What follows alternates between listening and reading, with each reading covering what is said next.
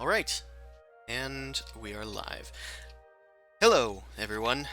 Once again, welcome to the Dorkvision stream, our Sunday stream that starts at 9 and goes till midnight. We also have our Wednesday stream, called the Eternal Undermountain. That's on Wednesdays from 7 to 10, so be sure to catch us there. Also, be sure to check out my book on DriveThruRPG. You can find the link in the About below. And also, this stream, just like the last few, is going to be supporting the Massachusetts Bail Fund to help those exercise their right to protest, and those who are of low income and can't make bail, meet bail. So yeah, if you donate, that would be very helpful to them, and I'm donating all my subs that I get during these streams to it as well, and also for crits, I'm donating $5 per. Not many crits on this stream as there isn't as much combat going on right now, but we'll see. Alright, all we have to do is, like, mug someone, and then suddenly it's a problem, so... Oh yeah, you can instigate shit, I don't care. Hey yo, do you support Black Lives? I'm just an Eloran citizen. That's it, combat!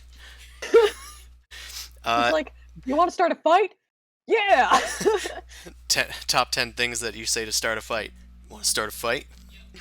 Okay, so last time on the Dorkvision stream, you guys emerged from the portal to the Abyss and promptly got in contact with the authorities to get that shit locked down.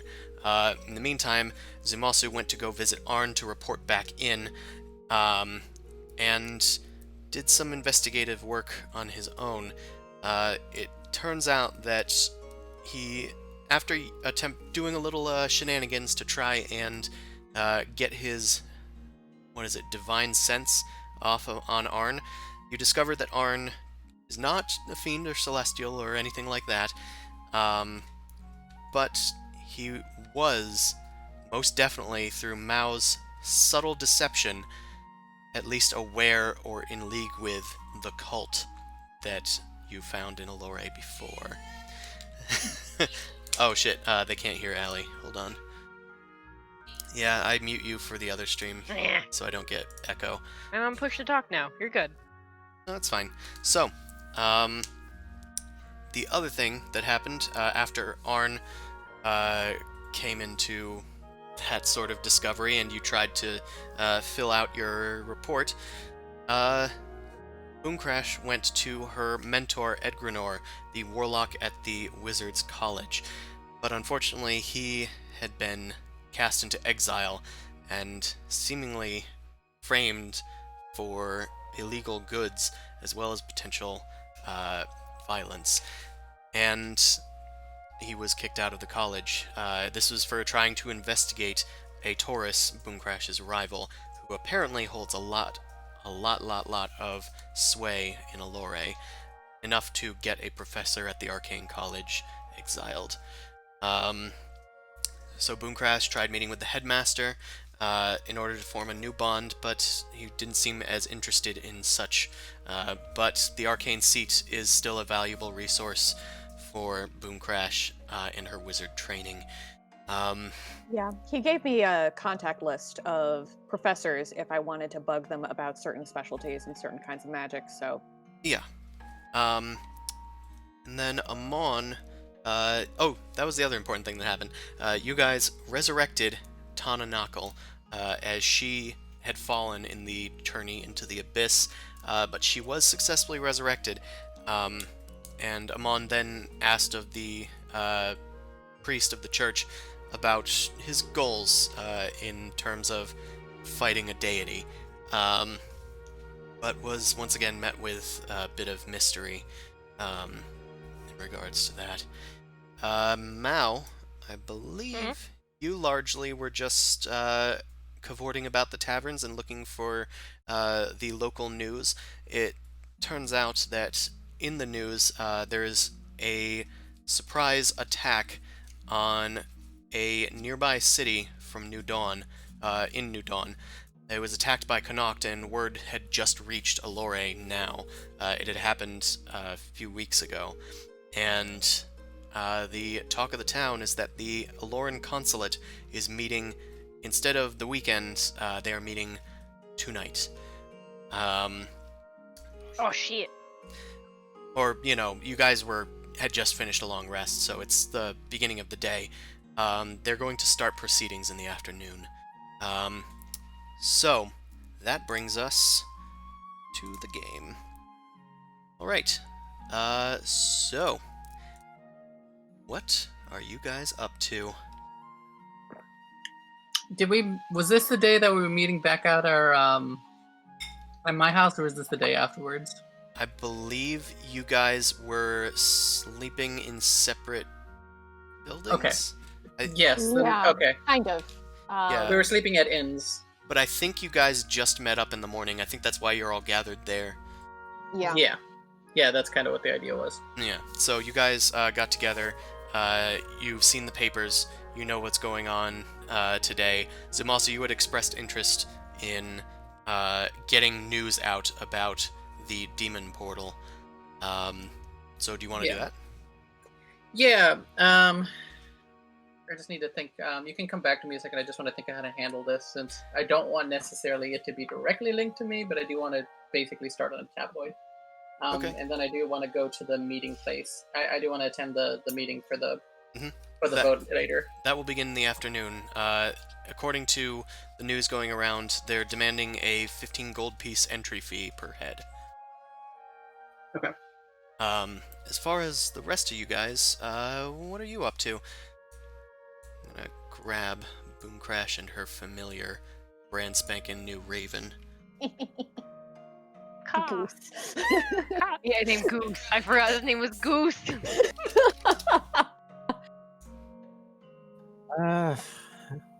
Wait, are we streaming? We should be.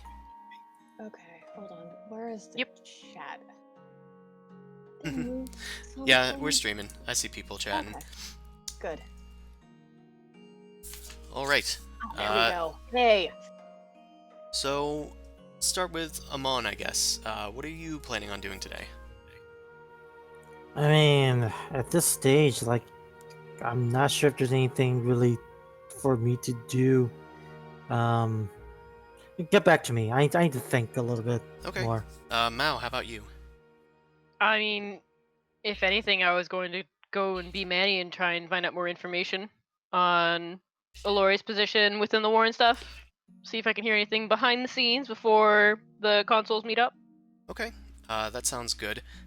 So for you, you'd probably head to the Senate, and you can take on your guise of Manny. So Manny heads in to the Senate. In this front half of the Senate, it's largely like the office buildings. There's like pillars lining the both sides of this great nave, with at least 4 stories of stairwells that you can go up to various plain office buildings. You go and seek out the Leaf Crown offices. Bannon. Specifically the ones where you are kind of allowed in.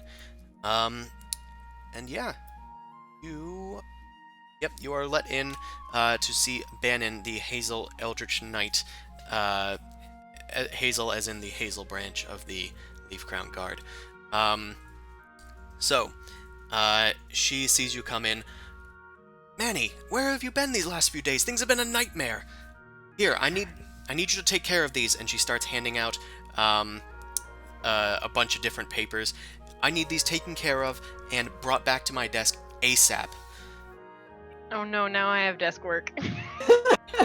Oh no. I mean, I'm assuming she's just piling it up on me, so I'm just like, okay, is this for tonight? This is for this afternoon. I need it on my desk by lunch. Okay. And please yeah, summarize everything. Shit. Is Mao good at this sort of thing? No. I have good charisma. She's good at bullshitting, yes. Yeah. I don't like this. But is her Okay. intelligence, like, does she have penmanship skills and stuff, or? No. Yeah, so Manny's gonna head back over to his desk, and is going to immediately start looking around to see if there's other people that he can sort of scoop in on this, because he sucks just a little bit. It's not his strength. And yeah, is anybody else just, sitting about doing nothing, being lazy? It appears that nobody in this office is doing nothing or being lazy. Fuck. Everybody is out, Politics. and they've got their quills to the manuscript, so where you can see them like constantly writing away. It's very hot in this building, in spite of the cooling months, and Now does not sweat. okay, well, good for you. So everybody is hard at work. It seems that there is a ton of work to do before the big debate with the consulate. So going through the information, so Bannon wanted everything summarized and most likely written down and points of view and stuff like that. But what am I reading? What am I seeing? First thing I'm going to do is definitely read the information and figure out what's going on. So you're looking through a lot of seemingly written in letters to the consulate, expressing essentially the voters' like beliefs and whatnot. So are these all from the people of Eloran, or These are all from the people of Eloran that have expressed concern for the coming potential of war. okay? So as you're reading through, you see a lot of the people's different views regarding the place. It seems that the people are very divided as far as this issue goes. A lot of people are saying that that the Leaf Crown has a duty to defend the kingdom, and that you guys need to instill patriotism and head to war in order to defend our stakes in the Scablands. Other people are saying that on moral grounds we have an obligation to go to war. Mainly because New Dawn is made from a lot of Eloran refugees from back in the from back when the Abaddon Legion was still going around. They had attacked Eloran, and all the refugees went out into the Scablands, and they ended up forming New Dawn, and that's why Eloran sort of had a tentative alliance with them. You said there was Yeah. two sides of this. Where's the other side? Because this sounds like just go to war. I was getting to that. Oh, okay. Well, I have a question just on basic sort of at least for general knowledge, would we know kind of like New Dawn you're saying is our ally-ish sort of thing?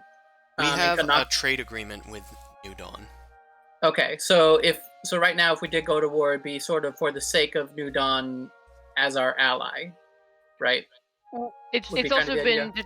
determined from other information that we found that it's definitely like Eloran wants to have kind of more control over things too.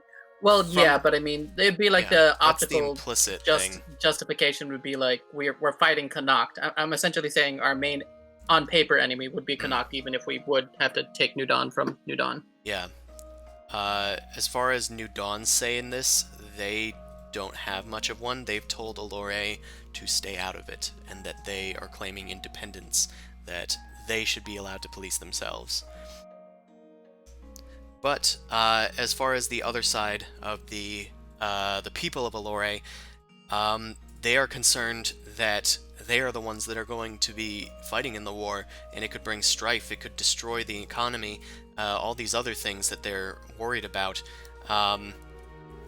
But from what you're seeing, there's just as much on both sides for these concerned letters. Although I will have you make an investigation check. Want your politics? I just want to kill people in D&D Fantasy World, You Christopher. did this to yourself. I know. So do you want just a intelligence check? Well, investigation. Investigation. Okay. Okay. As you're looking through, the sort of urgency is like contagious in this office. Excuse me, and it's helped you to focus yourself as you sift through all of these letters. It seems like there are how do I put this? One moment, please. You have to be accurate with your political statement, Christopher. It's going on record. It seems that a lot of the inflammatory comments relating to going to war seem to be coming from specifically people of the merchant class, as well as a very vocal minority of vintners, guild members. They seem to be calling for war. But otherwise, the more broader sense seems to be coming from people in the Undercroft, and the laborers are against this war. Gee, I wonder why. That's what you've uncovered. Mao was not necessarily very having their pulse to the social, goings-on in this city. Nope, definitely not. But even that's leading into I'm gonna make sure I inform the party of the fact that the people that we helped set up a trade route so that they could take advantage of the war wants to have more control of the situation for money and profit. That isn't explicitly said, but you, with your With dealings my with the assumptions vintners, and dealings with them. it does seem that way. Okay. Do I want to get banned and killed by having her say that out loud? Nah, Matt doesn't care that much. So, Manny, I'm also going to have you do an intelligence check as far as doing your actual job. Fuck! I believe in you. Well, that's not that bad. You do a mediocre job, especially for what they'd expect of a new hire. I'm really hunched over, tongue out, pencil or quill down, just having a hard time writing full sentences. You take your work to Bannon as the hour is starting to get on, informing them that you have other business to attend to before the actual debate takes place. And Bannon takes the paperwork and the summary from you and kind of squints a bit at it and looks up at you. Please improve your handwriting, Manny. Dismissed. Just open my mouth to make a comment and just nope, I'll take it and leave. All right, you leave the Leaf Crown office and hurriedly try to make your way to find your friends. Okay, let's go to Boom Crash. What are you up to? Oh. You and Goose. Me and Goose. I already talked to Jillian for our massive healing potion order. Mm-hmm. You've organized that and set it up so she's in a production line of making sure that you have a massive, what would you call it, backdraft or back order of stockpile. Yeah, of healing potions. She's reserving every other healing potion for your adventuring party. Hey. And we're gonna pay a premium for it, so it's worth it. Part of me wants to start sniffing out how the arcane seat feels about war and try and figure that whole thing out, because that's sort of where my connection is, and I can track down Phalar. That's what I'll do. Phalar interned in a sort of unique manner at the Leaf Crown, so they might have something to say. Yeah, he's my buddy. He might know some gossip. Alright, we'll say that you head to the Arcane College then, to go and seek out Phalar.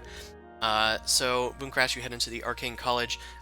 It is as studious as ever, but there seem to be less classes going on today, less people in attendance, though there are still many people in the library area doing lots of work and research. Make a perception check to try and find Phalar in all this.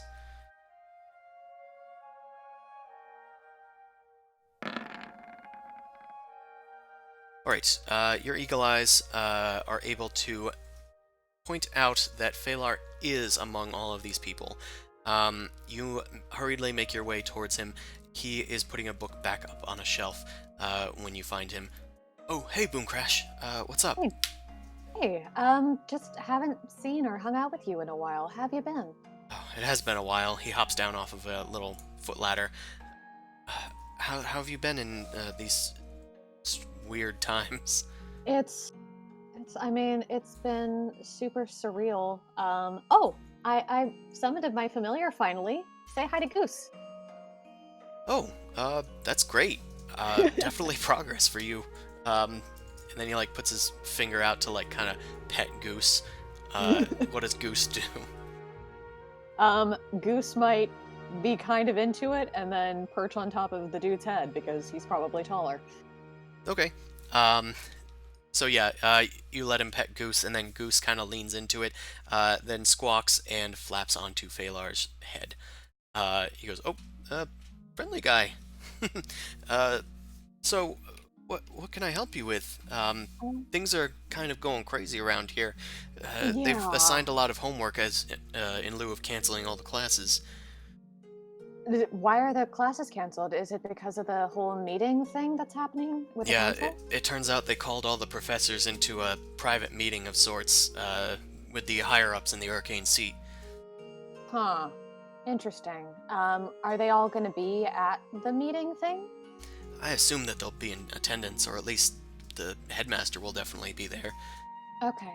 Okay. It's how are people feeling about this? Like, I've been up and away and working a lot of different jobs, so I haven't really gotten the lay of the land. But how do you feel about what's going on with Connacht and New Dawn and everything? Well, personally, as long as like my studies aren't bothered, I don't really care for either side. Um, and That's fair. I'm not sure what's gonna affect us though. There's been a lot of people kind of gossiping. Some people are saying like that we should go to war, that we should use our magic against the bad guys as they call them, but like I just want to learn. I mean, yeah, I'm an evocation wizard, so I'm more about destruction and whatnot, but it's more exciting to use it not for like violence. It's You just should go into Perfectly construction. reasonable to me. but yeah, I think that this is more of a place of learning, not war. I don't think mages should be taking a part in this sort of deal, but some people aren't so enthusiastic about peace as they are for Wizards. getting No it. sense of right or wrong. Yeah, pretty Yeah. much. I didn't say how That's- big the room was. I said I cast fireball. Oh god, I can't wait until I learn Fireball. Anyway, it's yeah, I'm not sure how I feel about it either. Like I'm a combat caster. Like that's my job. That's what I'm usually hired for, but like there's a difference between like little enforcer jobs and like something that's massive large scale and I Yeah, don't I know mean, how it's going to affect the city. I'd imagine that your job is probably keeping peace in terms of like on a smaller scale, but inciting war, that's an entirely different animal. I've done a lot of history lessons, and it seems like Alore's kind of excited because they have won the war in the past with the dwarf wars going on with that went on with Dungale hundreds of years ago when Elore Mhm. was first created. That's why we have all this fabulous stonework everywhere, because the dwarves were kind of beaten back into the mountains. Mhm. But the Abaddon Legion, we also won that one, even though it created that crater that's the Undercroft in the north part of the city. Yeah, But it's new. yeah, they were definitely beaten back into the Scablands, and eventually their demonic leader was destroyed. But all those wars are just exciting on paper, but to be a part of that history, I don't know if I'm ready for that. Yeah, it seems like it could be potentially very expensive and also like I don't know, it's the odds are not necessarily in our favor to keep winning. Well, I mean, there is something to be said though, because Elori is one of the most powerful, like, kingdoms of the three kingdoms. We don't really know what's going on with Dungale and their dwarven mountain stronghold or whatever. They're very secretive, but like we have this great walled city, a fantastic learning establishment. The other kingdoms can't tout that. Like, Go, And Ghost there's no Bonnery, such thing as too big to fail. Ghost Bonnery comes out of nowhere. It's like, and who do you think built those walls, eh? and then just fade away. Yep. Boom Crash remembers Bonnery fondly, and then is like, I will get vengeance for you. But anyway, I don't know. I have complicated feelings about it, and thank you for letting me know what the gossip sort of generally is, and your opinion. And thanks for talking to me about it. I really appreciate it. Of course, Boom Crash. We should, I don't know, hang out or something once classes start up again. Yeah, I'd like that. And I've definitely been buckling down in my studies a lot more, and I've been learning a lot. It's really, really fun. Oh, nice. You gotta show me what you got. Ooh. Well, another time maybe. I need to find this other book, and he holds up a piece of paper with some handwritten words on it. Yeah, I gotta go look for this. Yeah, see you of around, Boom course. Crash or Tea Kettle. Okay. I think you gave your name as Tea Kettle. I think I'm probably Tea Kettle, but it's. We assume that in a large, sort of broad blanket statement that you've hidden your identity from most people in Eloran. I'm trying to keep track of my aliases now too. I have 2, and that's been good. I have 3 going on 4, depending on what happens next. Yeah, well, I have 5.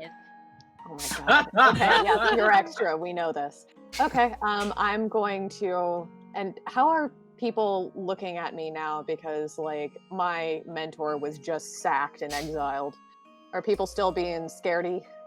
it looks like a lot of people are consumed by their work, but the few people that do run across you take their noses out of their books and kind of gasp as you walk by. They're a little wary of you. You're essentially I don't want to say the Harry Potter or the Draco Malfoy. You're kind of this weird neutral enigma that just is at the Arcane College. I'm the weird goth kid that nobody talks to or knows. Yeah, Okay, that's you're cool. too scary to talk to. I wave jauntily at anybody who makes eye contact with me, and I'm gonna go and check up on Tana. I think that's gonna be my next stop. All right. You start heading over to Tana. In the meantime, Zumasu, let's get back to you. I figured out my plan of action for the day, which is going to require me to run about. First, I want to go back to my office. Okay, actually, first thing I want to do is I want to use the scrying ball again, but this time on the crypt that we were at, the mortuary, on the area that we knew the portal was. I just want to make sure that's closed and nobody's hanging out doing anything suspicious. Okay. You scry upon the singular cell in which the portal was. The sensor appears inside of it, just to make sure in case the door wasn't closed or whatever. And you look around. It appears that the cell door is open. The gateway seems to have closed. There is a little bit of muck about left over from that beast, but the rest is mostly scorched to pieces. Probably the remnants of some war priest's work. As far as anything else, you don't see much going on here. It seems that anything echoing from the chambers or anything? Sound like anybody's. You hear distant echoing. Upon realigning your scrying sensor to upstairs, you see that there are a few Eloran knights. They are just standing guard. It seems that the place is fairly locked down, although there aren't too many guards there, but there's no unusual presence. So at least it's not immediately a problem, as far as I can tell. The second thing I'm going to do is I'm going to go back to my office to jot down a bunch of copies of paperwork I have, and then I'm going to go take that paperwork and leak it to Richie Dallas under my alias. Okay. And tell him that if he can make a story, I can have him. I don't have a magical mass printing thing yet, but I can start a printing press of his paper pretty soon. I'm going to have you make an investigation check to find the relevant files. It shouldn't be too difficult, because they're files that you've worked with. Yeah. And I literally have copies of my accounts of my friends right now that I can leak to him as well. And these are files specifically in regards to what? These files will just be about this. Basically, I'm going to entice him by saying I have the first-hand account of from Zoom. I'm going to, as my alias, tell him I have first-hand accounts from Zumasu and some other soldiers who were there at the crypt. Okay, so specifically about that incident with the demonic portal. Yes. I'm going to make sure that it doesn't get buried without it being really awkward for somebody to bury it. Okay, so make that investigation check. That's fairly easy. It's fairly recent. You're able to find the files. Ink is still fresh on the pages.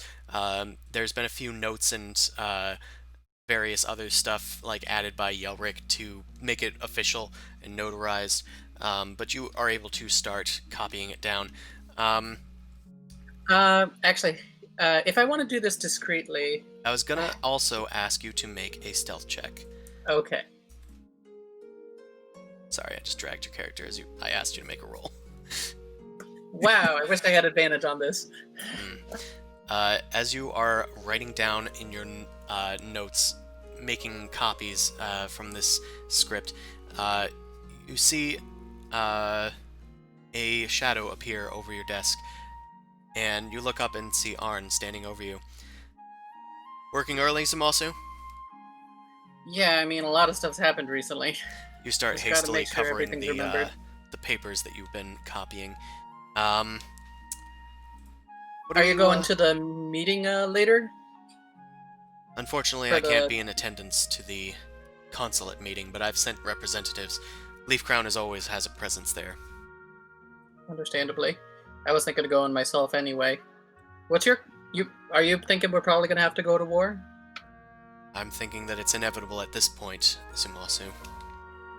Are you more of the camp that we're just there to protect New Dawn from Connacht, or are we trying to actually establish New Dawn as a, territory? Well, you can't go around saying stuff like that. But... I mean, no one else is here. I'm just concerned what kind of your idea for the Leaf Crown's involvement in this is. The Leaf Crown is for the defense of Eloran. That is its primary objective, and that is what we will search for. Okay. If that Seems means fair. going to war with Connacht for being a threat to our Scabland resources, then that is the decision for the consuls to make, as well as the Senate. Suppose Now, that's a fair perspective. What are you working on? I thought you took care of all of your paperwork yesterday. Nah, I'm just taking some other stuff home. I'm working on my own stuff as well. You know, I was great. What is it? Vice dies hard. You know, just gotta want to make sure to keep a beat on the other side of the city. Make a deception check. Yep.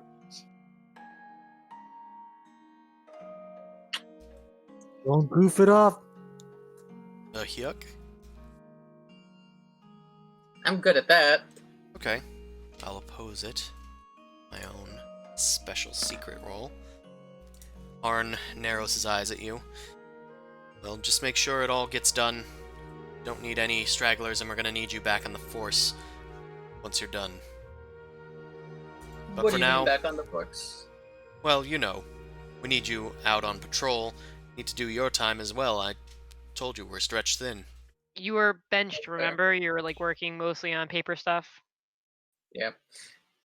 I suppose. Well, I am gonna attend that meeting though. I know you sent representatives, but I just, I like keeping tabs. I have Course. friends in the military, of course. Every citizen has a right to attend. Anyway, I'll be seeing you. He steps out of the office for a while. Okay. I'm gonna leave and go to an undisclosed place, maybe the park, and hide and put on my disguise to turn into my alias. Which one am I? Harold Spalding, I think Harold Spalding is the one that's I'm gonna go visit Richie afterwards. Okay, you should be able to right-click your character token and change that. That?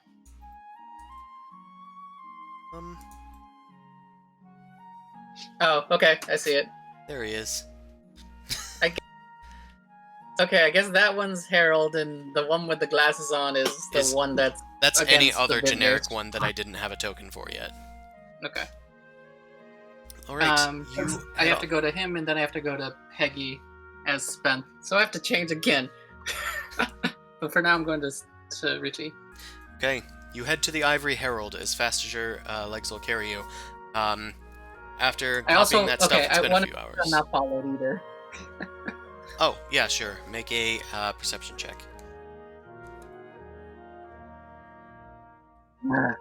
It's kind of Well, at hard least- to keep an eye out, especially in this crowd, but you don't see anybody. So All right. you head to the Ivory Herald, the newspaper in the White City of Eloran, and with your disguise donned as a half-elf, with a dark-haired beard and combed-over hair, you head up to Richie Dallas's office and knock on the door. Come in. Hey, Mr. Dallas, do you remember me? Oh yeah, I remember you. What are you looking for today? How's your paper been going recently? I think I have a bit of nice intel that might make a good story. I told you I can't really print anything that won't get past the censors, you know. That's fine and all. Did you? Have you heard about the demon portal? Yeah, the demon portal. We reported about it, that it was perfectly handled. A few people were brought to harm, but I mean, was there anything else on that? If you don't mind, if I take a look at what you have written, I could see. I have some very first-hand accounts that I got from my sources. You see his preliminary, his first draft, as it were, and he also hands you the official statement given to him by the Leaf Crown. It seems that the Leaf Crown has, they've established that it was a demonic portal, that it was brought about by a random act, as well as the deaths seem to not match the deaths on your certificate. There seems to be fewer deaths, and that none of them were Eloran knights. Yeah, so it's leaving out all the knights that got sent beforehand? Yeah, it's just saying that the citizens were slain, and that the Leaf Crown was able to take on the demons themselves, and were able to close the portal without help from the Arcane Seat. It was strictly the Church of Hieronius. And did they mention that the church helped, and did they also mention that technically the cult's origins haven't been found? No mention of the cult has appeared in there.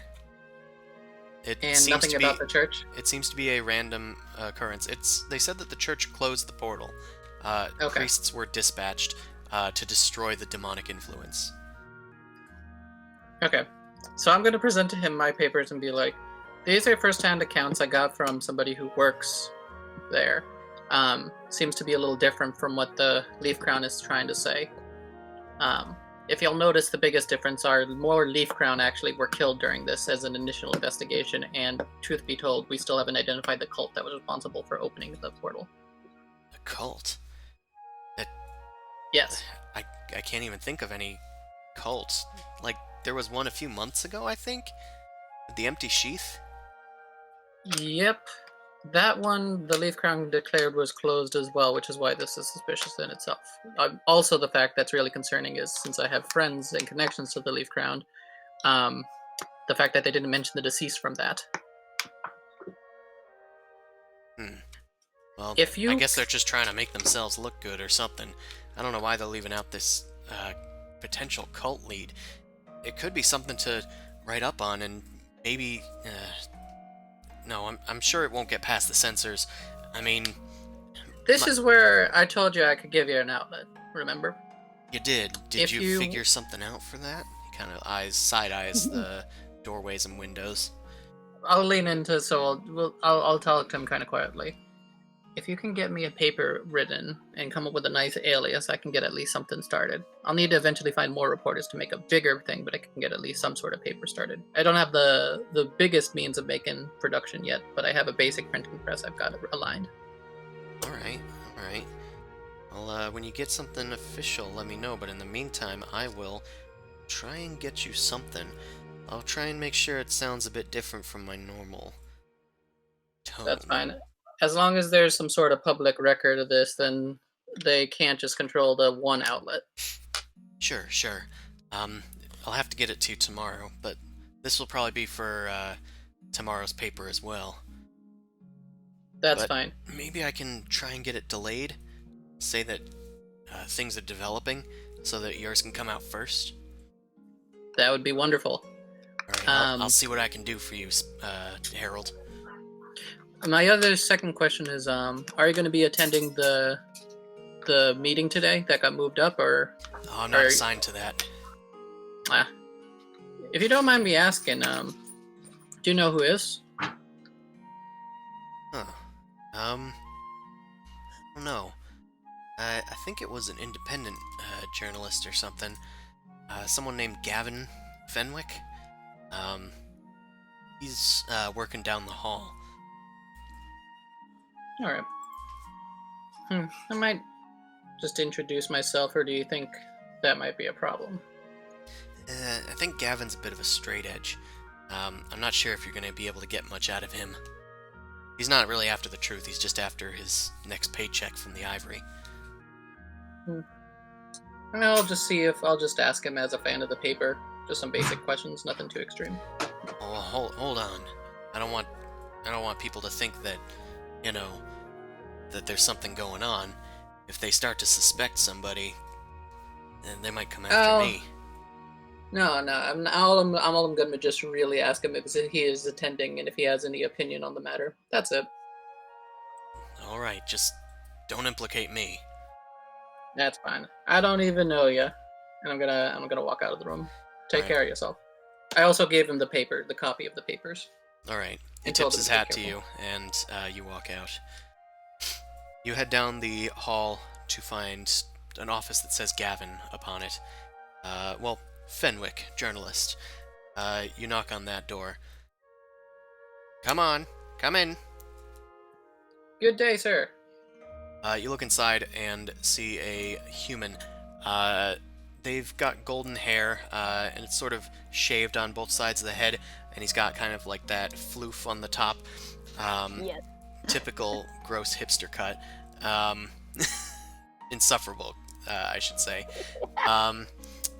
Otherwise, he's got kind of like dark, rugged skin, and you see him. He seems to be busy making notes, from what it seems like. He's got a quill that's just kind of writing on its own magically nearby him. What can I do for you, sir? Hi, I'm just a fan of the paper and a little bit concerned citizen. I hear you're the one assigned to covering the meeting today on the war. I was just curious, what it seems like. What's your opinion, since you've been probably gathering all the data it's going to probably be? Look, buddy, I'm impartial, alright? I just report the facts and get them to the paper. I suppose that's fair. Would it help if I have a little bit of a tip I heard from some friends in the Leaf Crown? What do you mean, a tip? His eyes kind of narrow at you, almost out of curiosity. The basic gist of it is the sentiment seems like it's inevitable. I'm just saying, maybe if you had an early scoop, so that might they're saying war is probably going to happen either way? Yeah, seems like it. Well, either way, it's their statements that we usually end up printing. If anything, opinion pieces usually get shoved to the side, and that's usually Richie Dallas down the hallway. Oh, that guy. I don't really pay attention to the opinion one so much.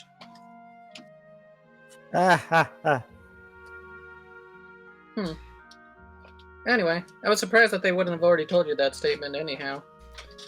What? Tell me the Leaf Crown's stance at the meeting tonight? Yeah. I always figured they were, you had a nice repertoire with them. I don't really have a repertoire with anybody, save for my boss. That's interesting. Well, good luck with your paper. I guess I'll see you at the place, since it's open to all the public and everything. Yep. I'll see you there, I guess. Take care to you, and I'll just leave. Alright, you close the door and head out. Alright. If that's it for you, yeah. I'll just change and get ready to go to the thing. Yeah, you gotta go change. Amon, what's up with you? All right. So I think I am going to go to Festar's Wand and Scrolls. I'm kind of surprised I didn't try this earlier, and yeah, and I'm gonna try to requisition if he can do a program delusion, because normally you just go to one guy for everything. Okay. So you head to Fastar's. The door opens with a little jingle, and you see Fastar. He's setting up shop. For you, it's still morning. Um, he says, "Oh, were you friends with that Boom Crash one? I am acquainted with such. Oh, well, any friend of hers is a friend of mine. What can I do for you?"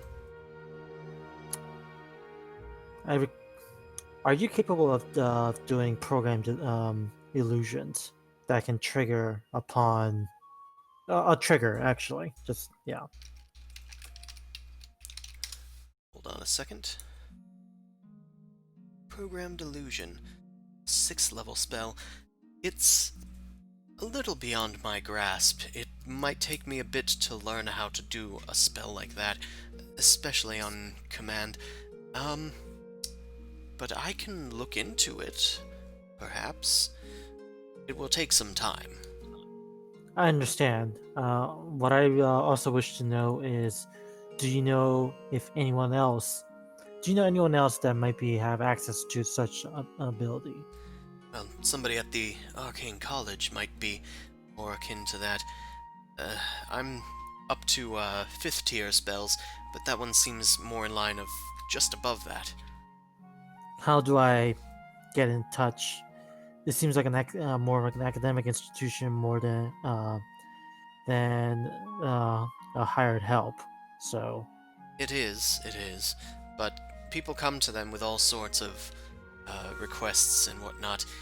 Many of them, I think Cecil used to work or study there before he ended up leaving to go into this business of his.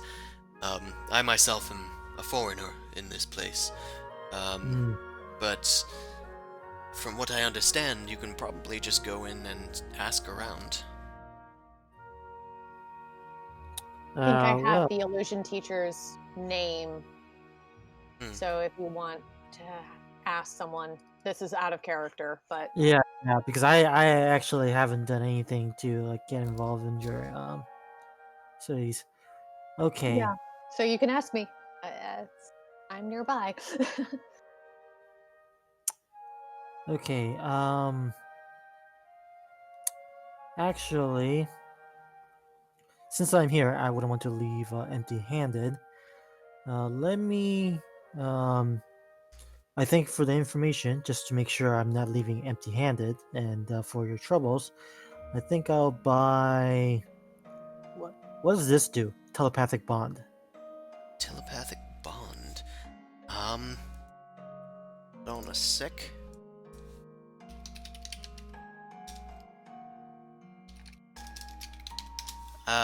So that is technically the same thing as Rary's telepathic bond. You forge. It allows you to forge a link between up to 8 willing creatures, creating a psychic network for about an hour. Okay. You know what? I think I'll stick with something that I know. Let me get this. I'm gonna get the hold monster. All right, very popular for those of people in your work.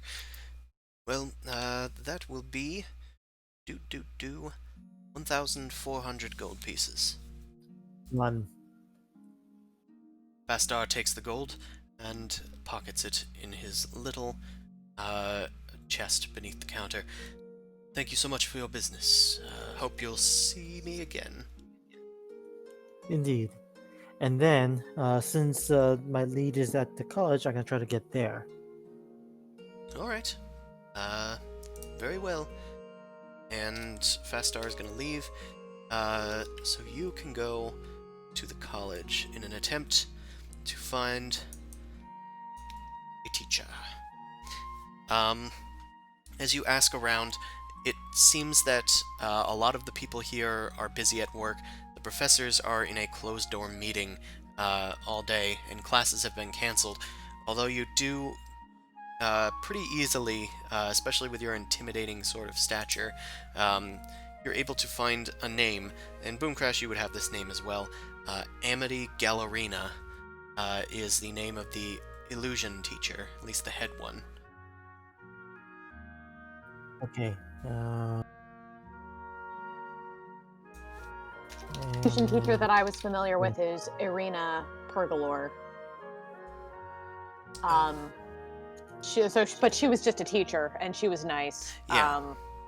Amity but- is above her. Yeah. Amityville Horror. Yay. So you have that name, but otherwise you seem unable to get in contact with them today. Is it okay? At this stage, well, do you think she'll be available tomorrow? It depends on the circumstances. Classes have been canceled for the rest of the week. There's only a few days left in the week, but it'll probably continue at the start of next week. All right. At this stage, I think I'm just going to make a written request. Say that I'm gonna say that it is part of the will that I get this program delusion working.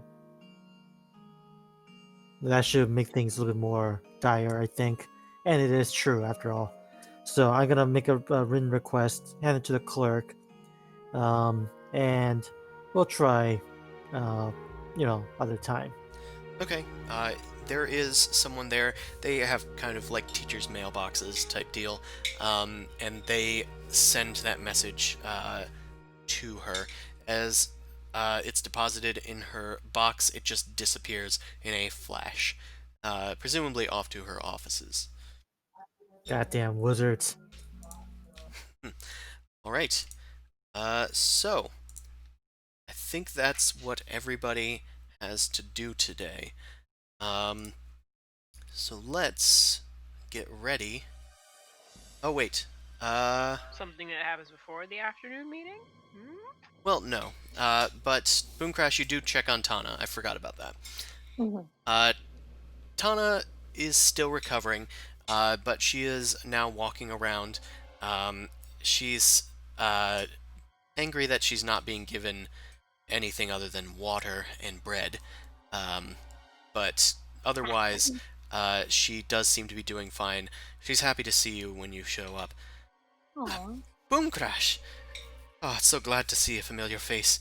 I mean, not to say that you aren't. She looks to the fellow Farlon priests, kind of give her a little eye.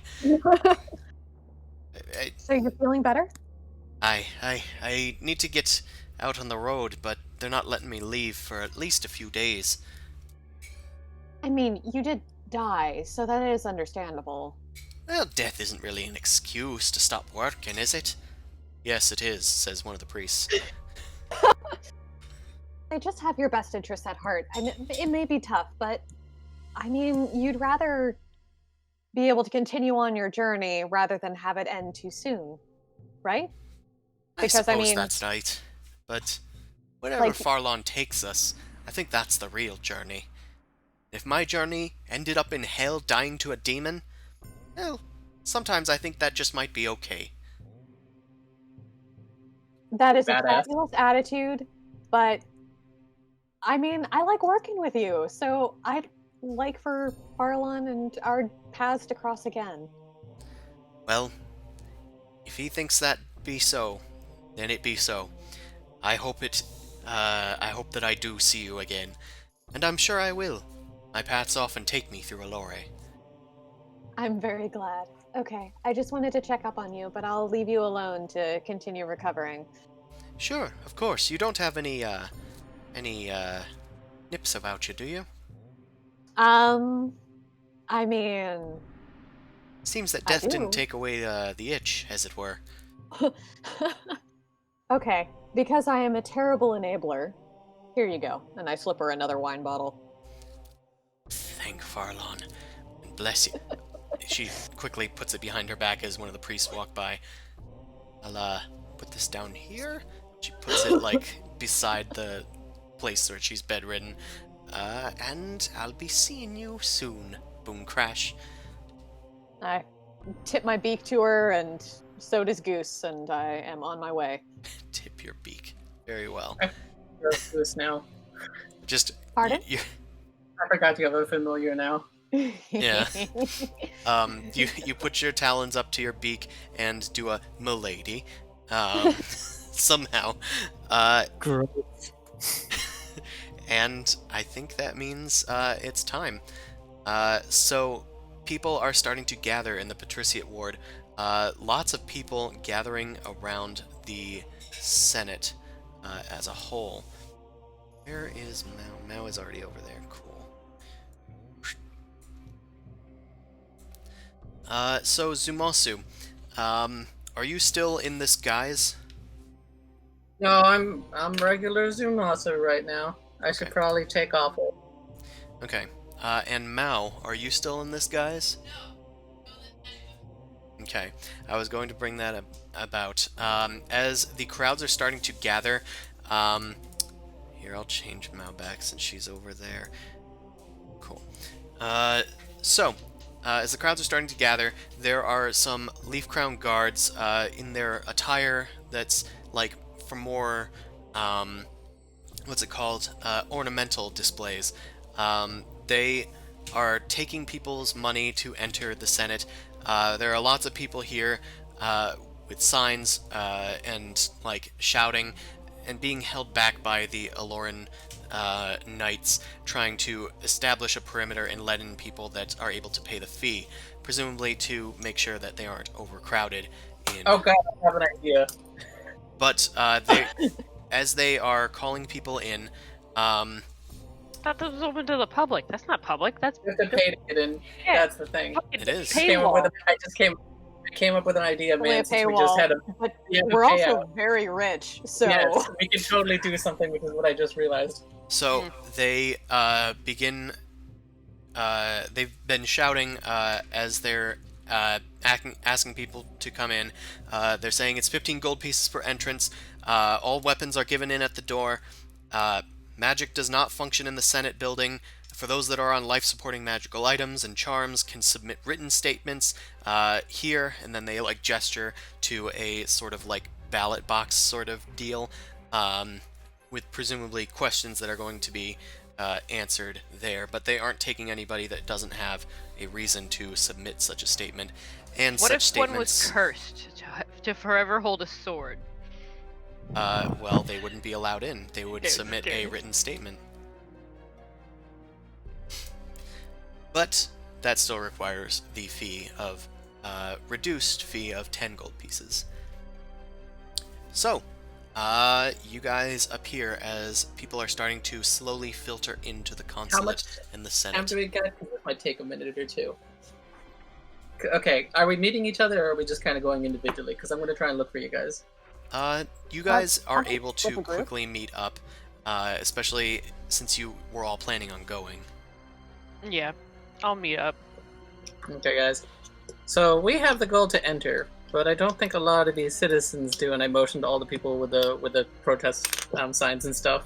I do make mention to you guys, by the way, the vintners seem to have their fingers in a lot of pie, and a lot of people who are here probably don't want the war. The vintners really fucking want it. I'm gonna lean to you guys and go. And guess what? The military does too. Yeah, so I think more of them would be good. So, what do you say? Especially you and me, Mal, since we're pretty good at disguising ourselves, hand out a little bit of free entry, if you know what I'm saying. And I pull out my bag of holding with a bunch of gold. As long as it's your gold, I'm fine with that. You're not touching mine. Okay. God damn it. oh my god, it's What are you even spending it on? Nothing. she's Gonna get on just hoarding having it a- like a little dragon. Mhm. I mean, I'm game to throw down some of it. for this as well. So just let me know how much you want to do. I'll split it. Okay, so I'm gonna just ask that we put on our disguises, and let me just check how much gold I'm willing to spend on this, because I'm using this one as my whatever bank, the bag of holding one. I think I might not even do disguise. I might do like a sleight of hand kind of thing. That works too. But I'm literally gonna go to the ones who look like they're the most like angry looking ones, and just like, here's some gold if you need to get in, and like ask any. I'm gonna go to their crowd and just basically in my disguise ask anybody need money to enter. Okay. I'm gonna have about 600 gold pieces I'm willing to do. Okay. You start handing out gold In my disguise. in your disguise. And And- people with that much. Yeah, people start taking the gold happily. They kind of start rushing you almost once they realize what's going on. You are able to secretly sort of give it to a few people, but then once word spreads, people start to flock to you and shouting their opinions at you. No war! No war! An end to I'm gonna this! prioritize the ones that are saying no war. Yeah, no war! No war! You kind of shout and join the chorus. And God, you're gonna create a fucking stampede. It's not gonna be good. people start rushing up to the Eloran guards and begging for their entrance fee.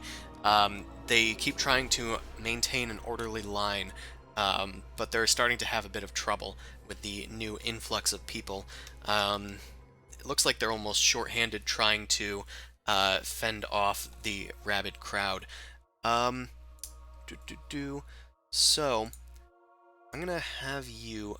I'd like you to make a check of some sort. I'm just like having trouble deciding what it is to like. Charisma check to like a diplomacy check or charisma check to make sure that people aren't killing each other. I'm gonna maybe do a few skill checks. So one to sort of do this secretly. Let's do one stealth or deception, whichever your choice. Deception. I figured.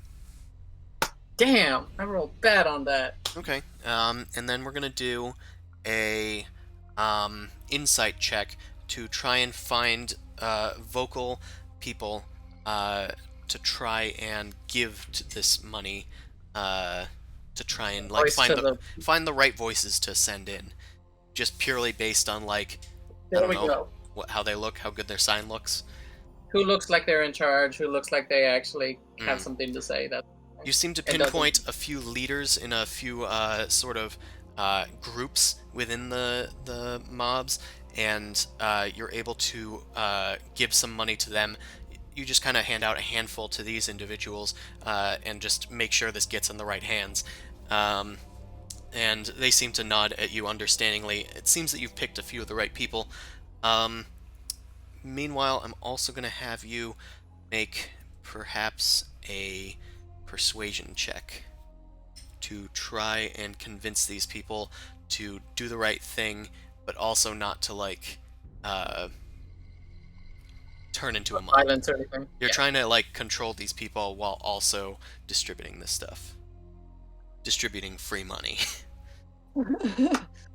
You are Money makes it easy to talk to people. Doesn't make it easy to talk to a mob. But regardless of that fact, you are able to quell an overwhelming mob, and you think you've sort of tilted the odds a bit in the favor of anti-war, as you let in a few more of the common folk. So, I think that's over with, as they're starting to get to capacity. It looks like it's probably time to get in line. I'm gonna go hide and discreetly take off my disguise. Alright, you take off your disguise, and you guys all head in line. Boom Crash, Mao, and Amon have saved your spot, so to speak. Did I get a side seat? A side seat? Got a seat. Sorry, in line. So at the door, the guards ask you for your entry fee and also for your weapons. There are pat downs and everything. Right. Are we guaranteed we'll be getting back our weapons if they're, of magical nature and of high value? Of course. Do I? Okay. Do I even want to be here? That's on you, dude. Do you guys even? I mean, do you guys need me here? I Kind of thing. mean, actually, I'm actually gonna turn them on. Can I retcon wouldn't- and say I left my crap at Bonry's house? Yeah, I don't want to give my sword away, so I was gonna ask if I could just give my sword to Amon and ask him to just keep watch in case anything weird happens outside. I can cast a locate object, so And- yeah, it'll be fine. Goose is staying with you because if magic isn't kosher, then Goose is So I'm probably a not so, going to do too well. so I'm a code rack now. Is that yes. it? You're a coat rack and a pet sitter. Yeah, Congratulations. my on the dog- upgrade. So, My dog is with so you. am I just sitting outside then? Yeah, you're Yes, gonna take Jose. as is your epic destiny. I mean, who knows? It's D&D. Something crazy could happen, and you might be the one that has to save everybody. All right, I still have my one teleport, so just Okay. you know I'm what gonna to give do.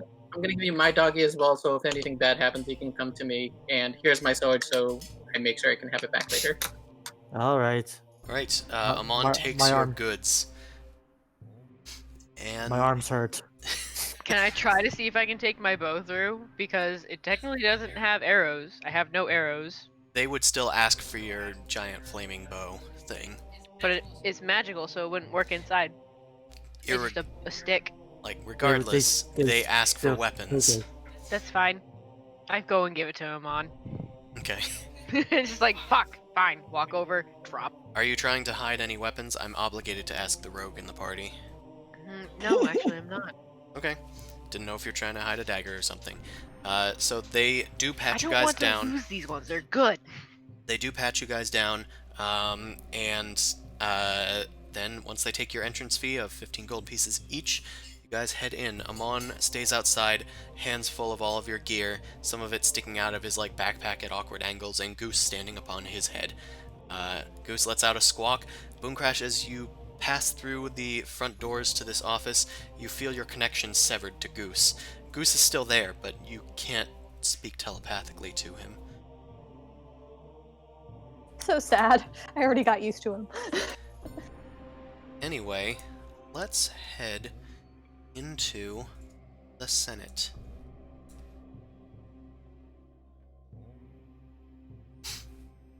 Alright, you guys are right here.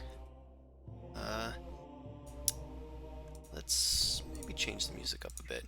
Are there seats or things that we can go to? So, you head in, and I will give a little descriptor. So, as you head through the nave, which is the big rectangular portion in the east, you head through, you see it's flanked by big rows of tall fluted pillars. Mao has seen this before. Countless doors to political offices line the walls. The consulate chamber itself is a large domed building. It's separated into two halves. You guys are in the lower half, which itself has 3 stories in it. The first floor, which you guys arrive in that small area, the first floor has tiered seating for members of the proletariat and the general public. You see various people just sitting about in this sort of gymnasium seating. There's a few general tokens that I put out there, but there's a lot of people. It's very full, especially after Zumasu's antics. I had only 40 people. I'm so proud of you. This was good. Me too. The second story that you see hovering above you guys is home to the Eloran consuls. They are all standing, sitting in similar structures, gymnasium style, below great banners and tapestries representing the factions that they themselves are a part of. And further above that are 4 galleries in the north, south, east, and west, and those are, from what you can tell, housing the senators, which normally they aren't all present. There's just a few present, but all of them are here tonight, overseeing the consulate's debate. The consuls are not to be bothered by the senators, as the senators have their own debates to look forward to in the upper half of this dome. All of the senators are really attractive. Yes, that's part of the requirement. They have to have glamour surgery. Ew. So, with the banners, you're able to sort of get an idea for who's speaking whenever one of the consuls stands up. They also seem to have like this official robes or suits, depending on their style, that reflect the colors analogous with their faction. So, yeah, as you filter in, you guys start to look about. You can take seats wherever you wish. Want to stick with you guys. That's fair. Stay near the exit, but still have a pretty good seat where I can spot things. Sure. And from that point, Boom Crash, it's pretty easy to spot someone in particular in the consoles. Yep. Don't know if you've noticed them. Yeah, that's them. did. A Taurus is here. Seated next to him is another one of his presumed consorts or whatever. He always has a whole bunch of people with him. In the crowd, I it's... forgot you used that fucking magic card, like art that character for a Taurus. Oh, Leovold, yeah. Leopold. You know, I fucking hate Leopold. He's who I pictured every time that a Taurus came up in the older days. So, you guys take a nice seat there. I sit behind the pillars. You sit behind the pillars so you can take a little peek in between. There are some guards that are posted at various stations. There are also a lot of guards, as you saw outside, surrounding the place. In the upper level with the consuls, there are several upper-classed Eloran knights, and they are each lining the exits to the second story.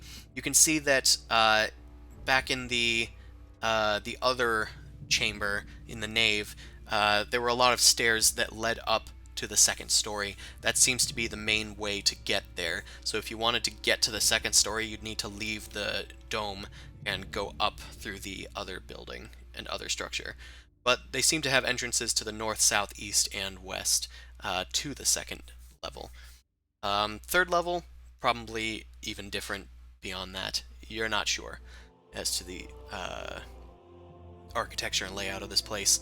But deliberations had been going on all throughout the morning, and now that the public has been permitted, you guys get to lay witness. A singular person stands up at the pedestal in the center of this chamber. It's surrounded by 9 other lecterns, presumably relating to the 10 different senators that are possible to be here. But from what Zumasu is aware, those have also been to house the people that are taking turns to speak to the consuls. This single person heads up to the central pedestal and calms everybody down. Everyone, it is I, Mr. Thomas Garman. I represent the people today, and I will be the master of ceremonies for this specific debate. And I will be conducting the speeches that go on in this place. Yeah, he just goes on this big, long, fancy way of saying that he's the dude that fucking tells who's talking next. And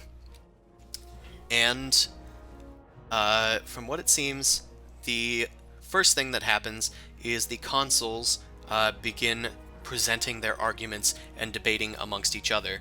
It is understood that afterward, the people will be allowed to come up and speak to them directly, whether they address the entire consulate or just single members of it, or single factions of it. So, without further ado, they start presenting their arguments. And I'm about to do a lot of talking, so I'm going to take a little sippy of water. Fuck. God. Info I'm dump. only going to be able to absorb about like a I bit understand, and as long as you get a gist, I think that's also fine. Of this. Okay. Another thing to direct your attention to, maybe, is that in the handouts section of your journals, you each have a new handout that is just for notes. I don't know why I never did that, but yeah, so you guys have little note things now if you wanted to edit those. Also That might Discord. be- I'll And Yeah, Discord too, if you guys want to take Sure. minutes. This might be easier though to reference than having to pull up my Word doc, which is a mess. Yeah, It's just I have like a absolute million mess. Word docs separate from this, but yeah, I have to figured it use might be Finder easier for all you the guys. time. So Search term. the big thing on everybody's minds right now seems to be the Boulder Hill mine.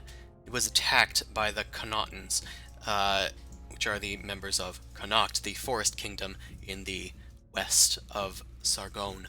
In the north, or center north of the Sargon continent, is New Dawn, the budding oasis in the middle of the Scablands that appeared and suddenly sprang forth with fresh resources that everybody kind of had their eyes on. But New Dawn sprang up in the form of refugees from most of the kingdoms, especially Elorans that were fresh escaping the Abaddon Legion's wrath. But the Boulder Hill mine was owned by New Dawn. They were attacked by the Connachtans after tensions were growing over the control of that resource when New Dawn stopped trading with Connacht in response to their recent actions regarding taxes on trade. So, the Leaf Crown opens that it's only a matter of time before they come after other resources in the Scablands, and that we need to, we have a moral imperative to help our fellow refugees from New Dawn that basically are under Alore's protection. This attack from Connacht on New Dawn is just as influential as if they had attacked Elore itself, is their argument. Meanwhile, the proletariat seems to be arguing against that directly, saying that yes, the way of life in Elore might actually be affected, but it would be affected far more if we actually went to war.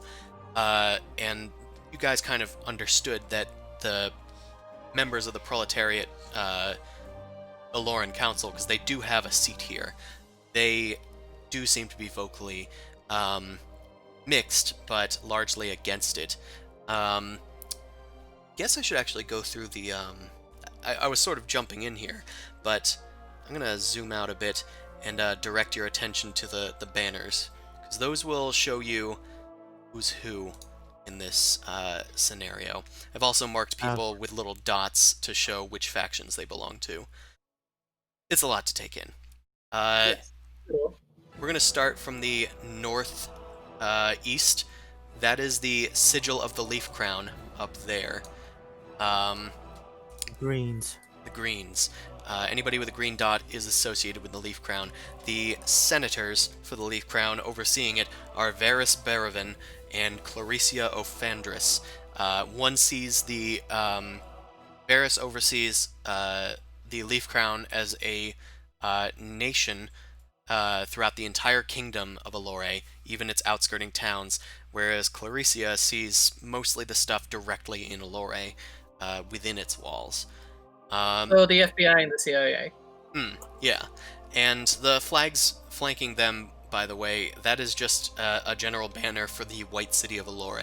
Their sort of color is green and purple as well, but largely green.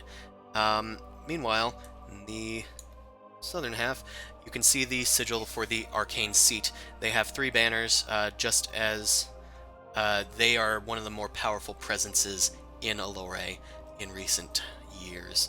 The senators down there are Hesselina, Kasmut, and Gavrak, each a different type of mage, powerful in their own rights, powerless, of course, in this current Senate, but each of them has mixed views, and you get the sense of that later on.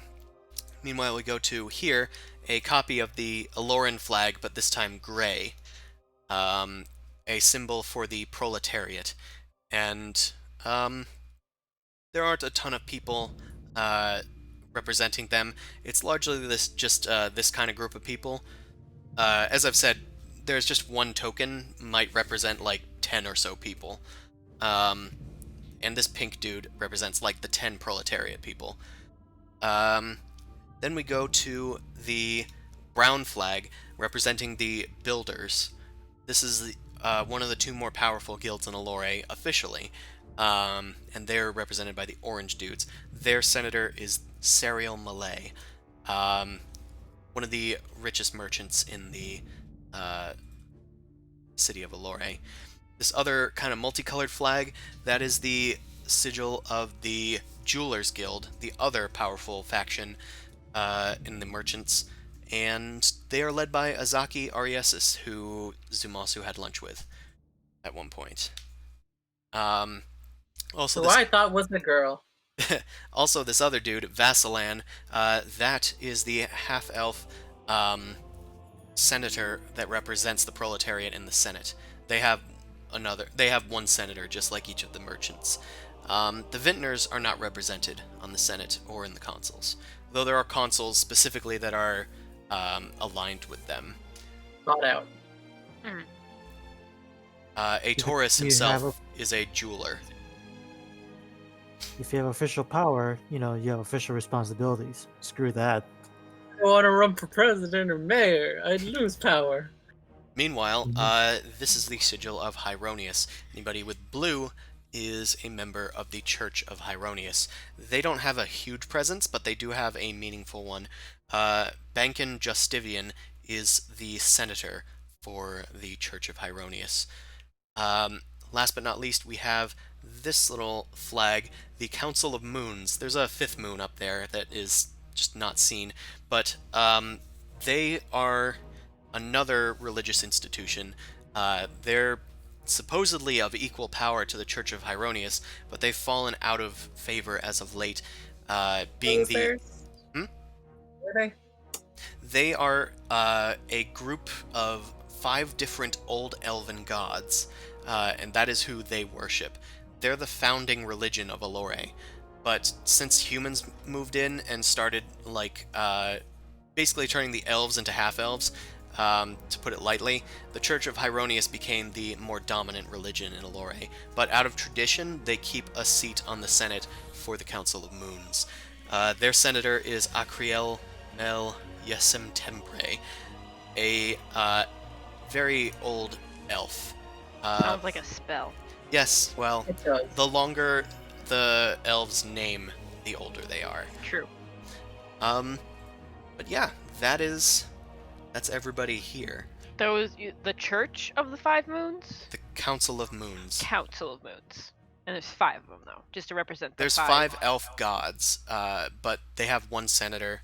They have probably about 10 consuls on the consulate. Alrighty. I just need a second to try and take this in. Sure, yeah, that's fine. I'm okay with not talking for a bit. The crowd continues to murmur as people above, the consuls above, continue to present their arguments and argue. As far as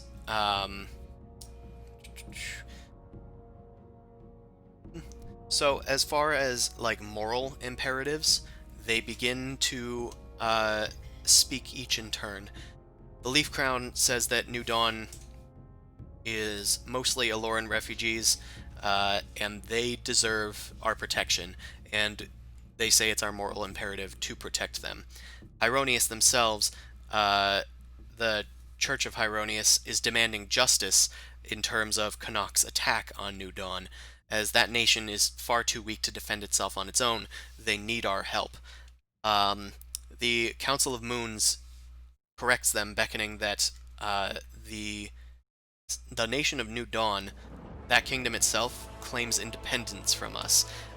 We should keep to ourselves in terms of our half-elf affairs in Elore. They also assert that our elven ancestors believed that war should never be the answer, that we should return to our roots and attempt to diplomatically solve this conflict from the sidelines, that our true strength is in our compassion. Meanwhile, the Jewelers Guild kind of bites back, saying, "Isn't it the elves that sought war with the dwarves in Dun Gale back in the Dwarf Wars?" But the Council of Moons says, "Yes, but we learned never again to resort to war once peace was achieved with them. We've learned from that. We understand the toll that war takes, and we vowed never to enter war again, lest we forget Elore's heritage." Hieronius seems to be also under attack. As far as a moral standpoint, shouldn't we be taking care of things in our own borders? For instance, the portal that was just opened, it was only mentioned vaguely in the papers, but that portal was a real threat to us, and the Church of Hieronius, although they were able to stop it, aren't we in as much danger from incurring demons as, like, Connacht that's far off and dealing with somebody else? Shouldn't we be trying to make sure that we are secure here? And can we really trust the church to protect us if all of these strange events keep taking place? Fiends and cults. The Church of Hieronius doesn't seem to have an answer for that other than to uphold justice. Hieronius is the deity of justice itself. Meanwhile, so the arcane seat is sort of being pensive about this, but they don't seem to have an opinion on morality, left or right. They don't weigh in on this moral imperative. The jewelers do seem to be in support of war, though. The builders are against them, and kind of a counterpoint to the jewelers who are asking for this war and keep attacking the church and attacking the Council of Moons. The builders are begging that Elore's glorious history is, with its architecture, its elven beauty mixed with dwarven stonecraft and human ingenuity.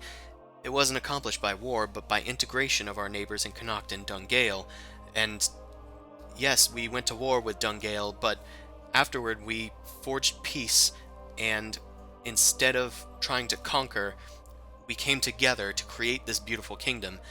We should not sully that and sully our relationship by trying to invade or conquer.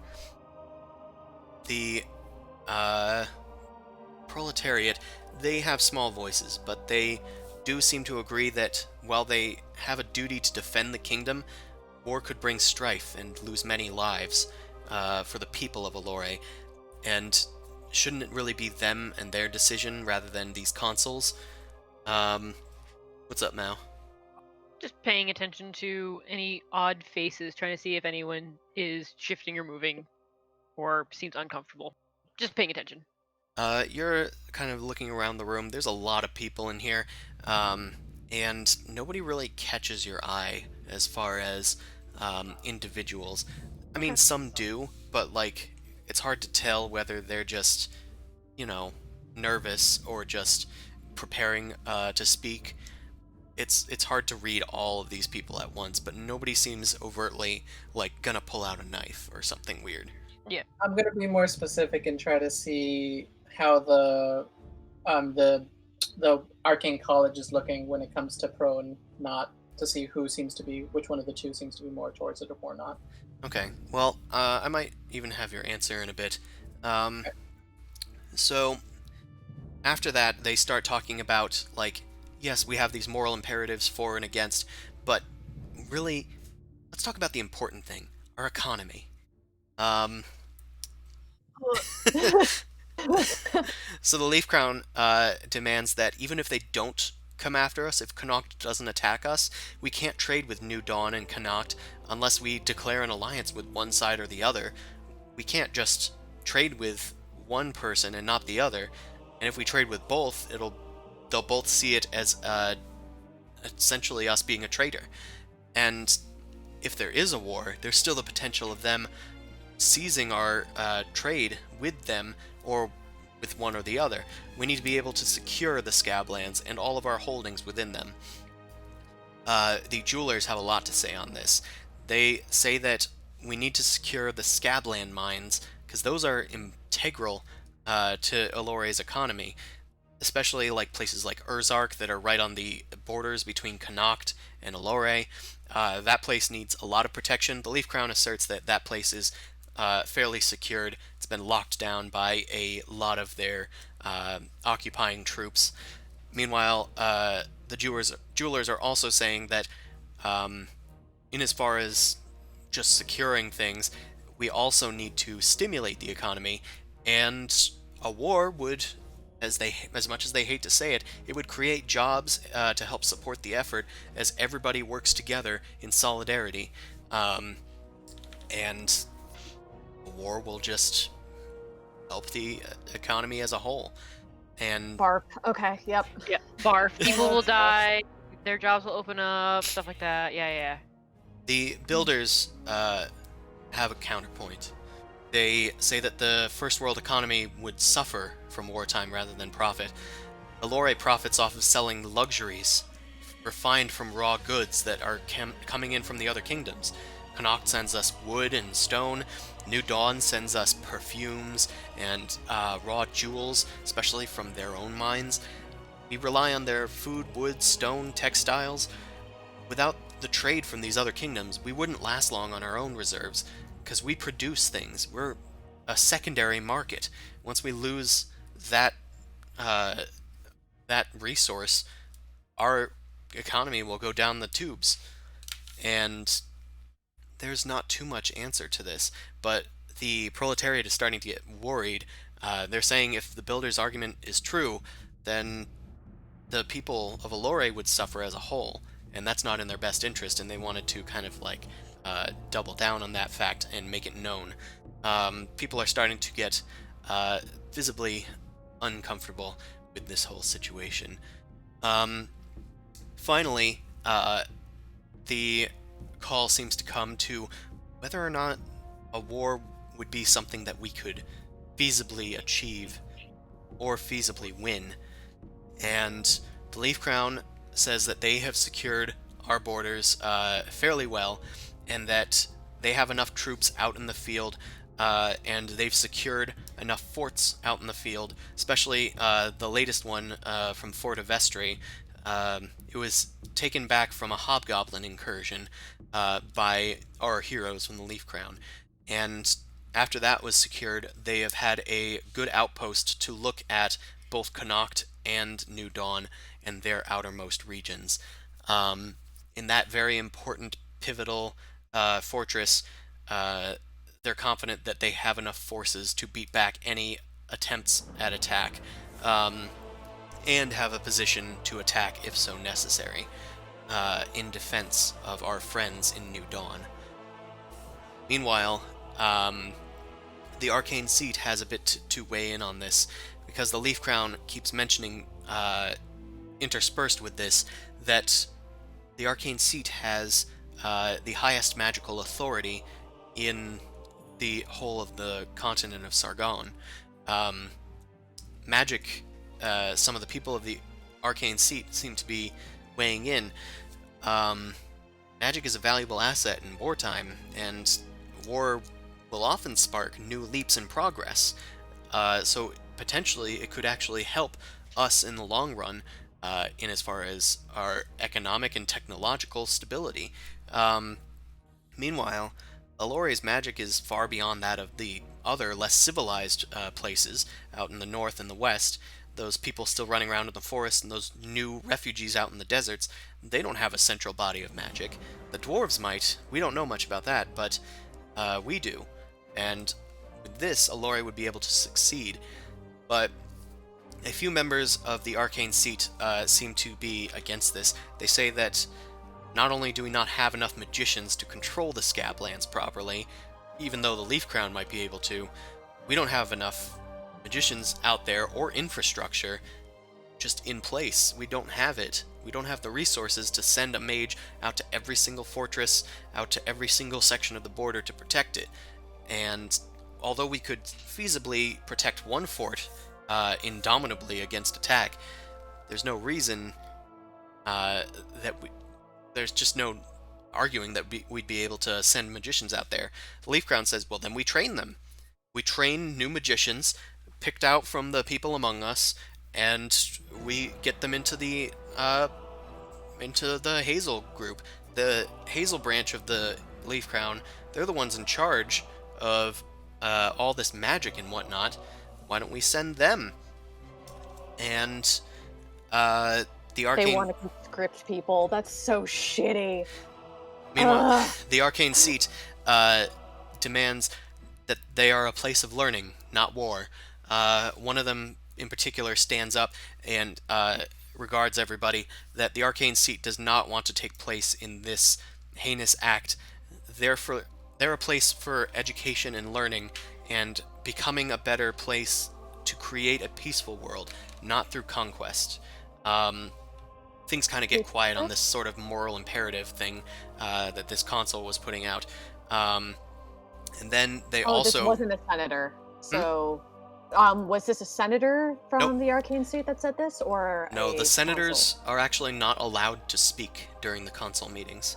Because the senators have their own separate meeting, but they are permitted to oversee it and, like, take witness to what's going on. Because otherwise, it's as if, like, the U.S. Senate was able to weigh in at the House of Representatives. Is there a name for the council who made that point? For the consul? Make a history check, but they did announce their name. Their name was Sarod Taldinar. You like this person. You got a new person to crush on, don't you? Yeah. I mean, anybody who is a good potential resource. Okay, you think you've heard their name floating around in the arcane seat, but you don't really know much about their history. I know you rolled very well, but it just isn't something that you would have come across. Their name is Rocky Road, that's all you know. But basically, she seems to be one of the divination wizards in the arcane seat. That's so pretty good. Yeah, she seems pretty trustworthy as far as things go, and people seem to have taken her to heed. She mentions even in her speeches that she doesn't view a war heading out in our favor, but other senators that are also able to divine things seem that I said senators, I think I said senators, but I meant consuls. They have also expressed that their divinations have led to a fruitful outcome. So it can't really be trusted, and people kind of take divination magic with a grain of salt because it's always fuzzy in their sort of thing, in their sort of visions, but they need to interpret them properly. So it's more of a nudge in the right direction than anything else. Okay. But Sarod then mentions at the end of her speech that we also shouldn't be putting new mages into the military pipeline because it's going to undermine what the arcane seat stands for.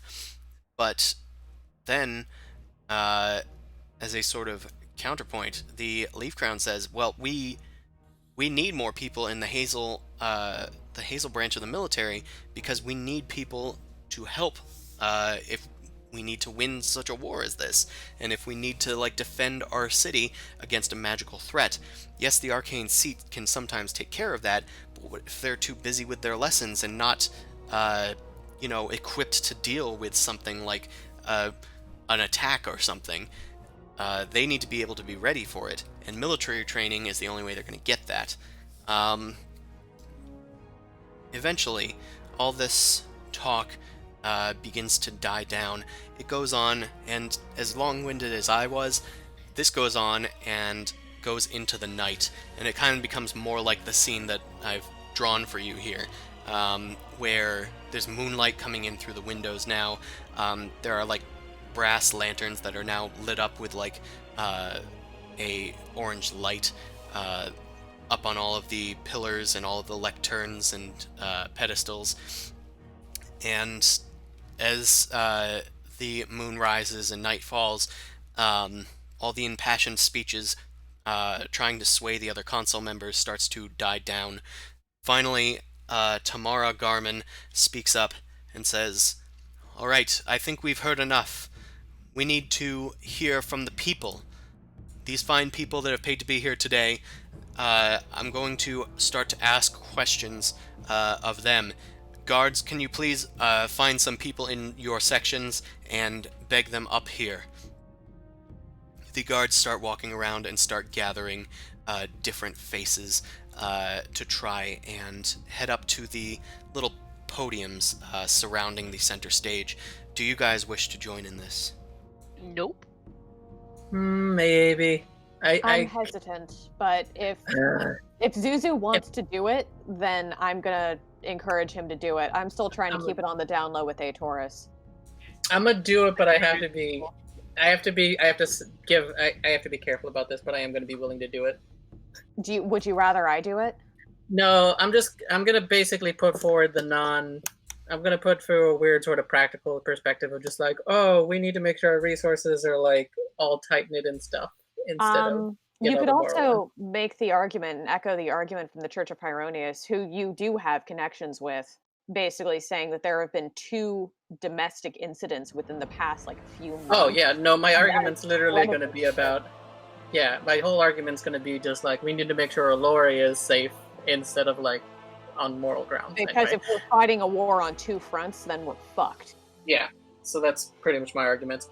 I'm going to say I'm going to nudge Mount and see, can you see if there is actually any refugees real quickly through the crowd, and see if you can get one of them to go talk from New Dawn? And first-hand experience could sway things. So I'm gonna go try and buy some time and go talk, and I'm gonna poke them out to see if she can find somebody who says they're from New Dawn. Just like squint at it. Like I imagine I stepped in poop and I smelled it, and I'm making that face at you, like the fuck. Come on, do something. Hey, I'm helping. Oh, I'm not even there. I'm helping as a code racket. You do something. no. So she'll do it because you asked, but literally looks like she stepped in poop. She's making that face at you. Also, I'll get a drink later. Amon, make an athletics check. Do you topple over? While you do my that, I'm arms gonna go hurt. get a refill on water. A lot more talking than I thought. Talk.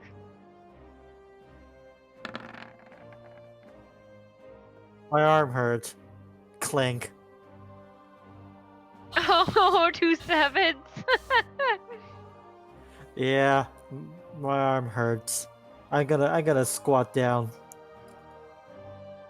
Are you doing the Asian squat or the Mexican squat? Okay. I'm doing the Slav squat. You It do a sounded Slav polite. squat in the sort of crowd as you were starting to lean to one side for a while, and it was starting to wear on you.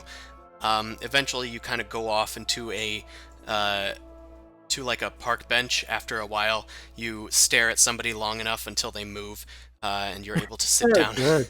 on one of the marble Good. benches next to some like shrubberies. But you're still keeping an eye out over the place.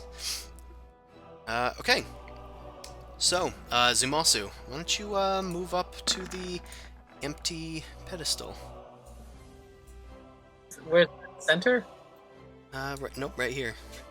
Actually, Chris, how long do these meetings generally tend to take? Like, do I know? Generally, Or, like 1 to okay. 2 hours, but this one seems to be of great import. Hmm. So it's Okay. been Go get a like, turkey leg. It's fine. yeah, it's Go get been a like turkey. 4 hours. Okay, understood. Go get yourself some lunch. Alright, so I'm gonna step up to the podium. Well, it's not your turn to speak yet. Oh, okay. It's his Get out turn, of my Vegeta. I way. gotta wait for him.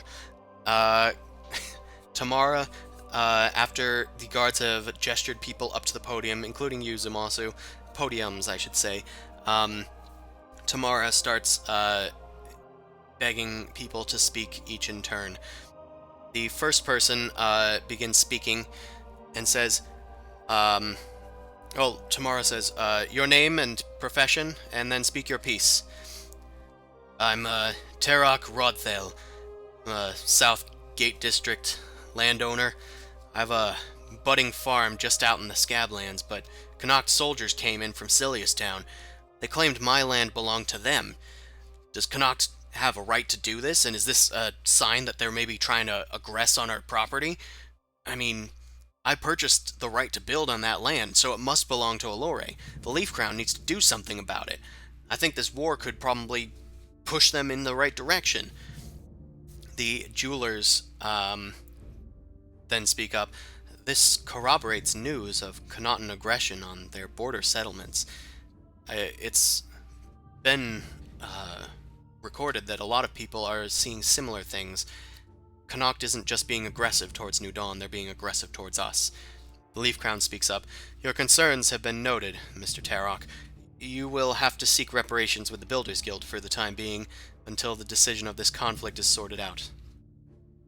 Tamara goes, that'll be all, Mr. Rothel. Go back to your seats. He kind of goes back dejected. Next speaker. I'm Galadar. Southgate as well. I'm a smith. Connacht and New Dawn are in this conflict, but shouldn't Elore just stay out of it? We haven't been attacked yet, right? I mean, sure, there's been those weird conflicts, but we can address that diplomatically, right? I addressed the Leaf Crown. Have we actually been attacked? Not New Dawn?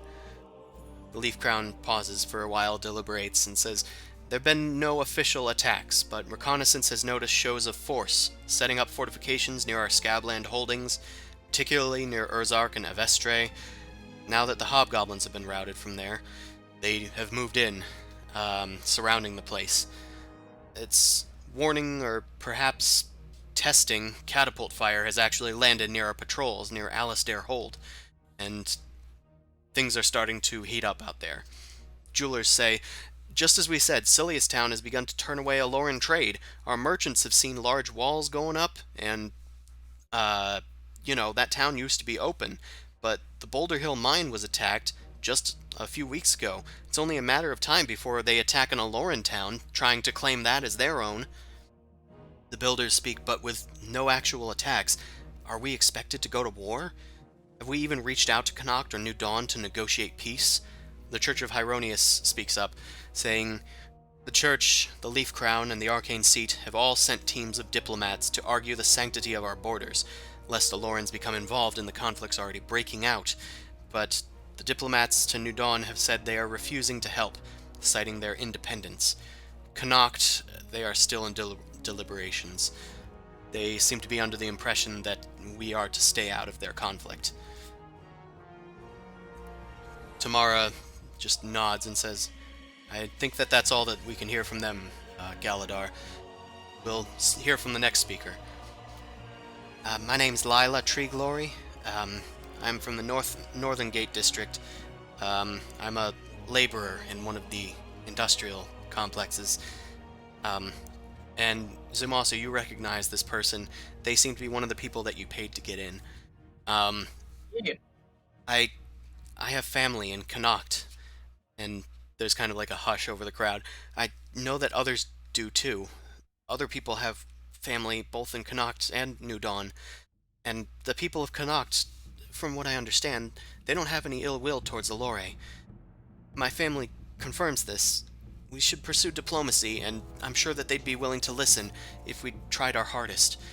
If we just establish our boundaries rather than going on the attack, my family and my friends there, they could die if they're drawn into conflict with us, and I can't have that on my conscience. This sort of impassioned plea draws a bit of hush, and the Leaf Crown finally speaks up. We are sorry, but families dying is a natural part of conflict. New Dawn is home to many of Elore's own family, far more than Connacht. and war with Connacht would protect New Dawn's and our own people, whether or not New Dawn wants our help. That is why it is our duty to go to war with these people, in order to protect Elorans and Eloran refugees. Unfortunately, if your friends in Connacht do not get out of there, they could be caught in the crossfire. We're sorry for this potential loss. This is a numbers game. The woman Getting starts dirty. getting tears drawing down her face, and she just nods her head and wipes away one of the tears and walks away from the podium without even being asked to. Tamara says, "Next speaker." "Yes, I'm Ella Hillis. I'm in the military ward. My husband used to be in the Leaf Crown before he was slain in conflict. But, you know, these Dawn folk and Connachtans, like this one," and she gestures to the empty podium beside her, "they've been moving into our neighborhoods even before the assassination, and people are terrified that they might be advanced spies or something.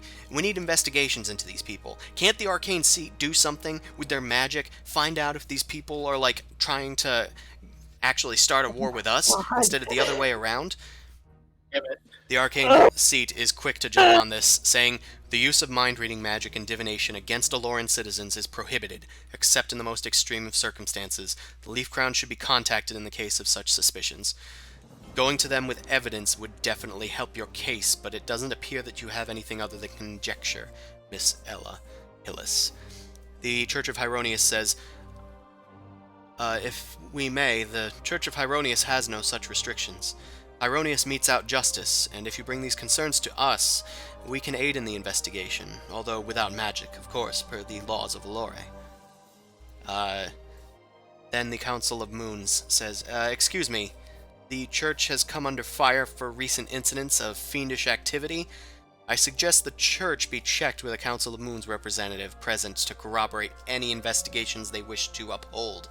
Furthermore, the Arcane Seat should have at least a bit of a watch over them." And this sort of spurs a new argument as they start talking about whether or not investigations against the Eloran citizens are essentially legal. Tamara finally calls the place to order. Please, we will take this into consideration for the next council meeting. Tonight is about the decision of war. Please be seated. Next speaker." Another person speaks up. "I am Ignol Yavrat. I'm a grocer in the Gate Market, up here in the Patriciate Ward. I'm not for this war thing, but if we were to send more troops to our borders, couldn't we be aggressively neutral while the conflict plays out? Like, as long as we don't play favorites, we could perhaps bring back fair trade between these places. As it stands, the tariffs are really doing a number on everybody in the Gate Market in the Patriciate District. And, you know, as a merchant myself, I have a lot of interests that need protecting in the far reaches of the Eloran state. The Leaf Crown should be securing us, not crusading some fool war." Leaf Crown speaks. "The Leaf Crown forces are drawn far too thin to create that type of security in this dangerous wilderness known as the Scablands, which is why we're currently in the position of creating defensible positions at key passes in the rocky landscape. We don't have the resources to monitor every inch of our borders." The Arcane Seat says, "The Arcane Seat is looking into this matter. We've been steadily improving communications and monitoring type devices of magic to aid in policing these unreachable parts of our borders. The funding was granted 2 months prior by this very council. We should pursue this avenue instead of war. The builders say the funding was granted out, but the seat claims that these advances are still far off. The merchant guilds took a big hit from their budget in the Arcane Seat, but they keep needing more. We should be putting funding towards the military, not the Arcane Seat. As much as we've normally been speaking about, you know, against this war, I gotta say, the things that have been said here tonight are sort of tipping our hand, as far as the Builders Guild is concerned. They seem to nod in agreement. Tamara once again hammers the gavel, which he now has. "Again, I call for order. This is not a budget meeting. We We have not yet come to an agreement at the matter at hand. Next speaker, please. There's one more speaker before your turn, Zumasu. And he speaks up. My name's Hustlin. I'm a magician from the Southgate district. If we're to protect our economy, we can't be wasting our resources on defense. Elore is powerful. We should be alpha striking key targets with the might of our magic. My friends in the Arcane Seat, they're all saying that their power is wasted in a classroom. We should be using it for the offensive. I say that we conscript some of them, some of my friends, and me myself. I am willing to sacrifice my life for Elore, if that's what it means to protect it. The powerful words are brought upon by the Arcane Seat as they stand up to speak upon it. The Arcane Seat is not a military establishment. Those with aspirations are intentionally sent to the Hazel branch for training. Those who are not desiring it are taken away and brought into the educational system. We don't force people into the military. You're not drafted. And those people who are in the Hazel branch are specifically taken away from high-powered magic, so it cannot be abused by a military mind. They are taught just the basics of evocation and aiming spells at the enemy. And then another Arcane Seat person speaks up. And yet, why shouldn't the Arcane Seat intervene with a given conflict? It could lead to less deaths on both sides. Furthermore, our mages are taught proper responsible usage of high-tiered magics. They wouldn't abuse their powers as someone trained in the Hazel branch would. The person speaks back at them. But they're not trained for conflict. The stress this could do to them. But we could train them for war. The Leaf Crown stands up. The Hazel branch has a long tradition of responsible usage of military magic, meant to minimize harm against civilians and bring conflicts to a hasty end. Bringing them to us would be the most responsible way to bring them into a conflict, especially with higher-powered magic. Eventually, this devolves into another sort of miniature argument, as Tamara calls for order once more. While there's an argument going on, can I try and, find someone who's, near me, who seems to be, maybe riled up or, annoyed?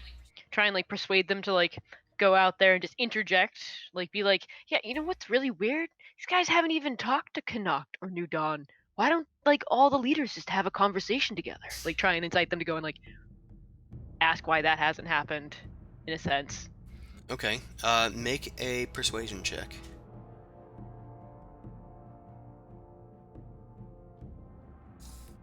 Oh, snap.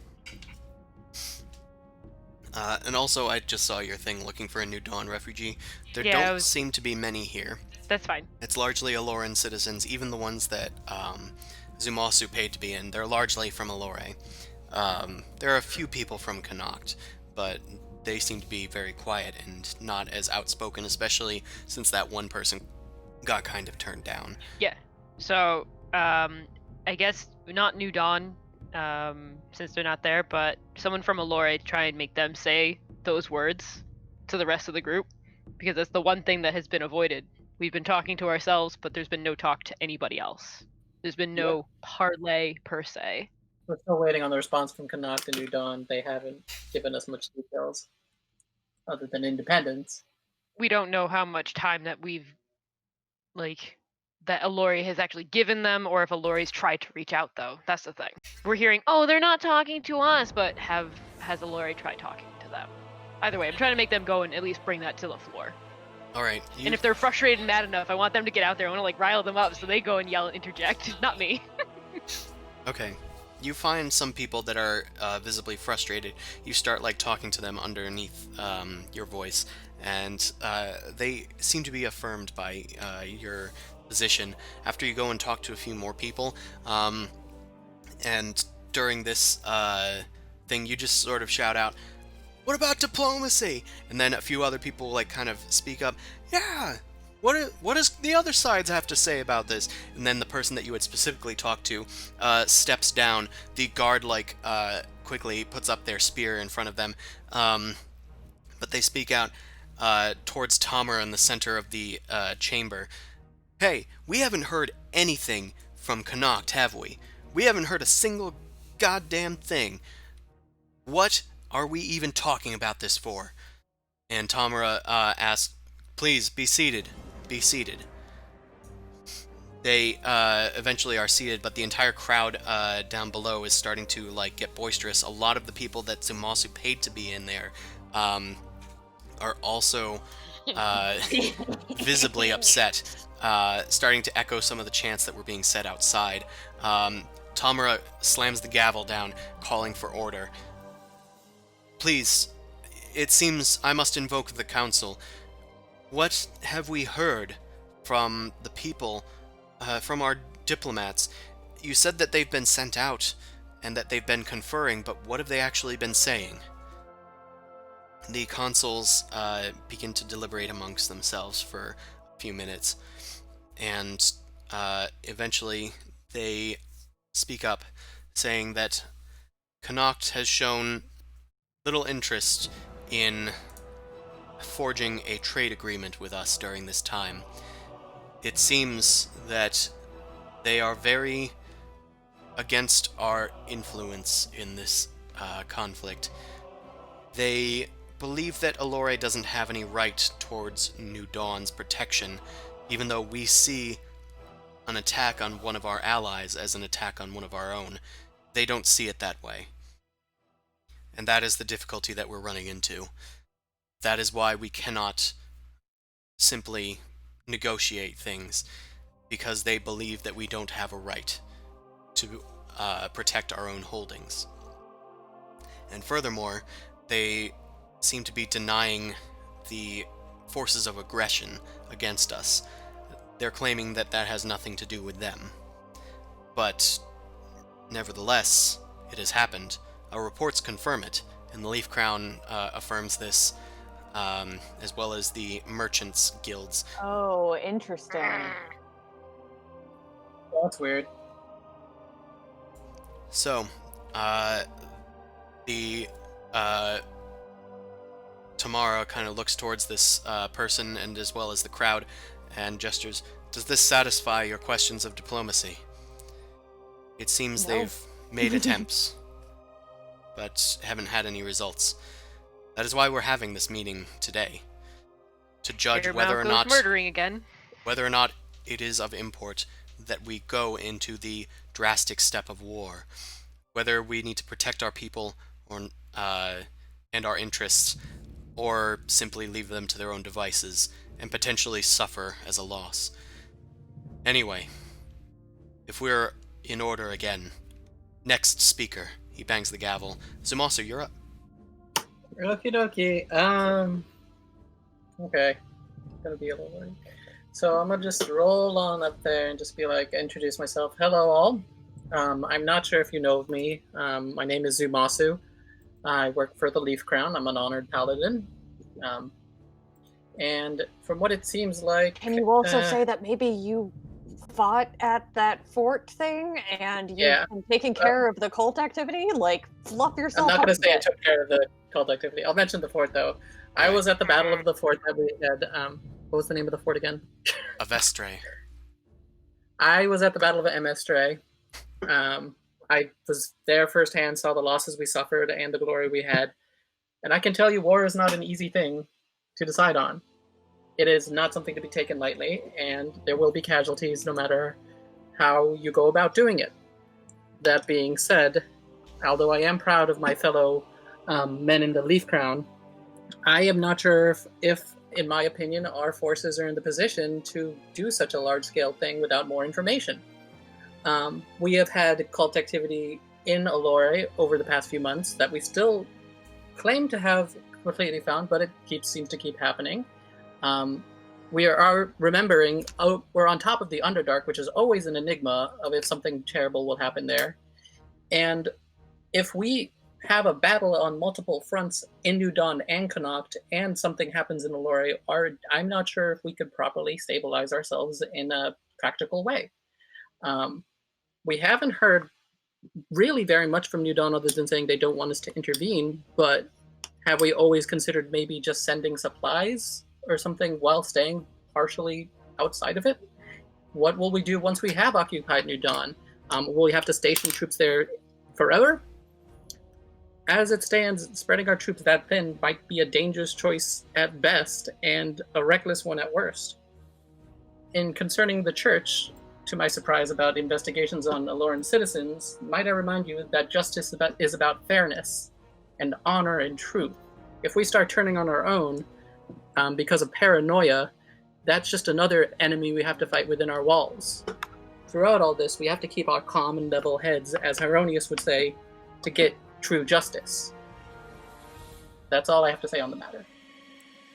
Make a persuasion check. And I'm gonna say, do it with advantage.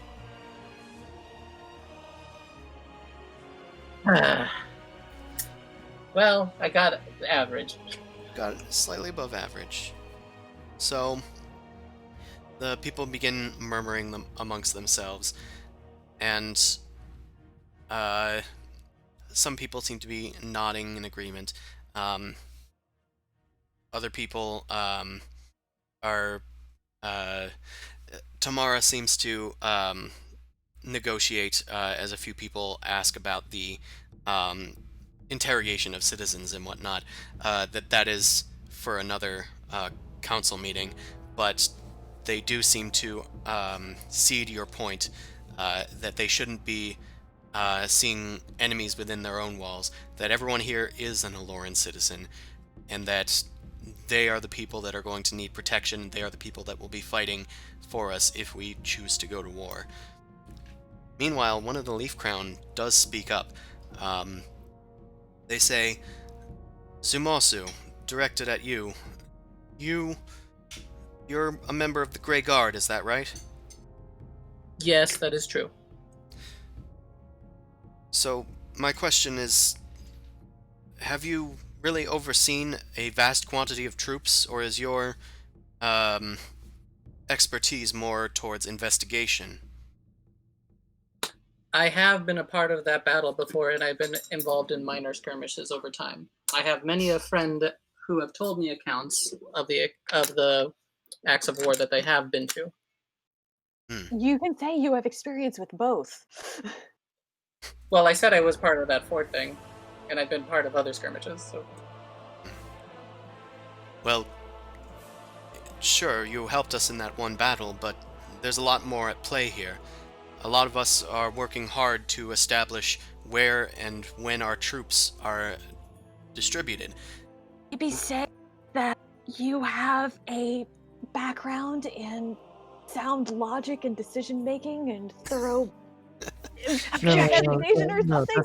that's not what he's asking for. He's asking for he's the he's macro trying level. to destabilize your argument, and what you can do is, instead of letting him discredit you based on your experience, say that your experience actually put you in a better position in order to make this judgment call. Yeah, that's probably right. So you need to do a Jedi logic mind trick. He's sort of attacking your character, it seems. Yeah. So I'll say, so you're saying because I have a diverse background in multiple aspects of both the military and police and justice system that I'm somehow less qualified? Of course, that's not what we're implying at all. It's just that I don't think your branch is privy to all of the information at hand. Well, that's why my job does involve discussing multiple matters with different branches. I have friends within the Leaf Crown ranks. I know people within the Arcane seat, I'll bet not as thoroughly as within the Leaf Crown and the military branch. But I have to do digging that many other people don't. This is a global scale, I understand this, but just because I am not one of the generals does not mean I am not privy to some of the knowledge that accumulates. And also you can make the argument that this entire gathering is not just military. It is not just a military matter. That's the point. And furthermore, this does not just concern the military. This is a concern of all the citizens of Elore. Whether or not we have to increase taxes, whether or not we have to conscript people, everyone is concerned, and rightfully so. Zumosu, please. Another member stands up. We didn't mean to attack your fortuitous character. Then why did you do it? Well, this is a different person.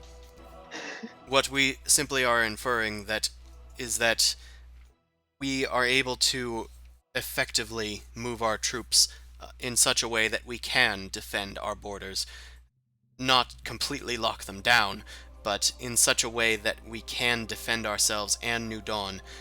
We are looking into the possibilities as far as potential of occupation, but from our current standpoint, it's more of a matter of an alliance than an occupation.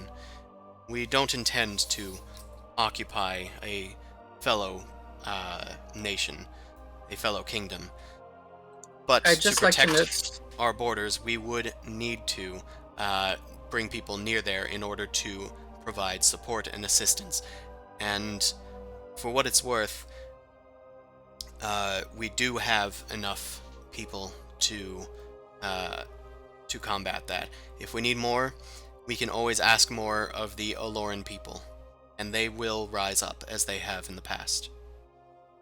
I will just make the point, sir, that if we do end up going to war with Connacht, and we do have to take New Dawn, what will we do if New Dawn turns on us as well? If they have already shown that they wish to have some sort of independence, we're going to go into a war knowing, we have to understand, we'd be going into a war possibly fighting on 3 fronts. If something happened at Lore, something happened at New Dawn, and Connacht was still making motions.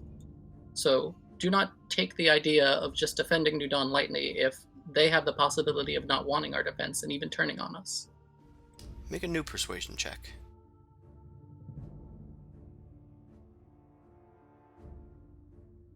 It doesn't. Yeah, no magic works here. Damn. I never roll the good ones at those times. As they deliberate amongst themselves, they eventually speak with you and say, shit, lost my train of thought. It's fine, you're controlling like 100 characters. What was the last thing you said? Oh, that New Dawn wouldn't not want to be, like, occupied? Yeah. Basically, if we pissed them off, we'd have another war to fight on another front. Although we understand your concern, we would not occupy them. We would simply be helping our ally. And by helping our ally, they would have a newfound, hopefully, reliance on Elore. Hopefully increasing our relations with them for the better. Instilling a sense of camaraderie rather than animosity. And of course, once they are protected, we could recognize them officially to distinguish them from Connacht as their own separate nation under our protection. And with this, Tamara says, "Thank you, Zumasu. I'm afraid that that's all the time we have for you. We have to move on to the next speaker." Thank you. I'll take my seat. You have done a little persuading, and people are definitely talking now, but you don't seem to have swayed them in one dramatic way or the other, although your points were sound. A 9 will do that. A 9 will do. Well, a 14 also will do. It averages out to fairly average, but you do have a lot of import in the city, and people do recognize that a member of the Leaf Crown speaking out against them, specifically one meant to root out corruption, does carry weight. Meanwhile, the guards finally start escorting you guys back to your seats. Tamara says, "Can we get another group of speakers coming in? We need some more people to start speaking." And eventually the guards start going around to all of the places to pick out some more people.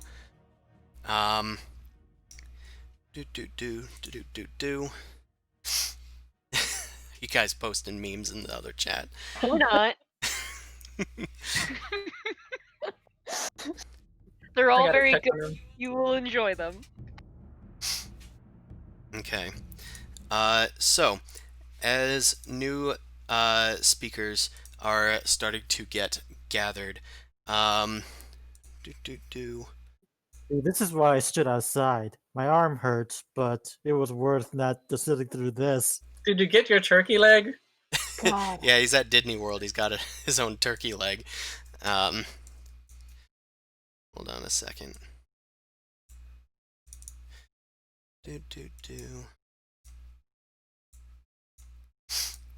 Okay, so, am I not hearing the music? There's no music playing.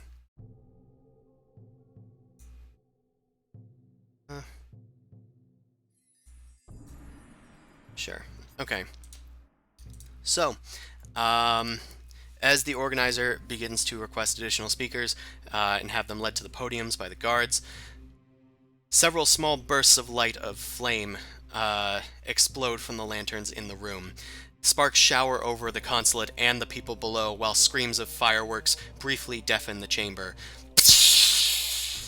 A few shrieks and murmurs of startled citizens break the sudden, confused hush. The lanterns still burn, but they are now bathing the consulate in a garish red light. That's not good. This is bad. I thought there was no magic. There is no magic. It seems to be coming from the lanterns themselves after they exploded. Glass and metalwork are strewn about the floor beneath each of the lanterns now. In the midst of the panicked onset, 100 feet above, a shadow pierces one of the upper story windows, then blasts through the segmented pane in a chaotic rain of glass shards that scatter down to the floor, tinking like crystalline rain. A dark figure descends from the shattered window, drawn by a silk red ribbon held aloft by their hand. They land upon one of the Senate galleries near the Hieronius Moon senators. One of their feet lands on the railing above the frieze, and a daring silver rapier pointed at the chest of Justivian, the Hieronius senator. The figure tilts up their head. Beneath their front-pointed black cap is a blood-red mask with a pointed nose. Her cape billows in the new breeze created from the window above. Her offhand balances curled around the silk cloth she descended upon. You recognize this instantly as the Red Raven. Hot. Question. That woman appeared. Do I see the exterior? Since I'm outside, did I even see any of this? You did not. It was on the opposite side of the Senate building. Alright. You were near the Makes park.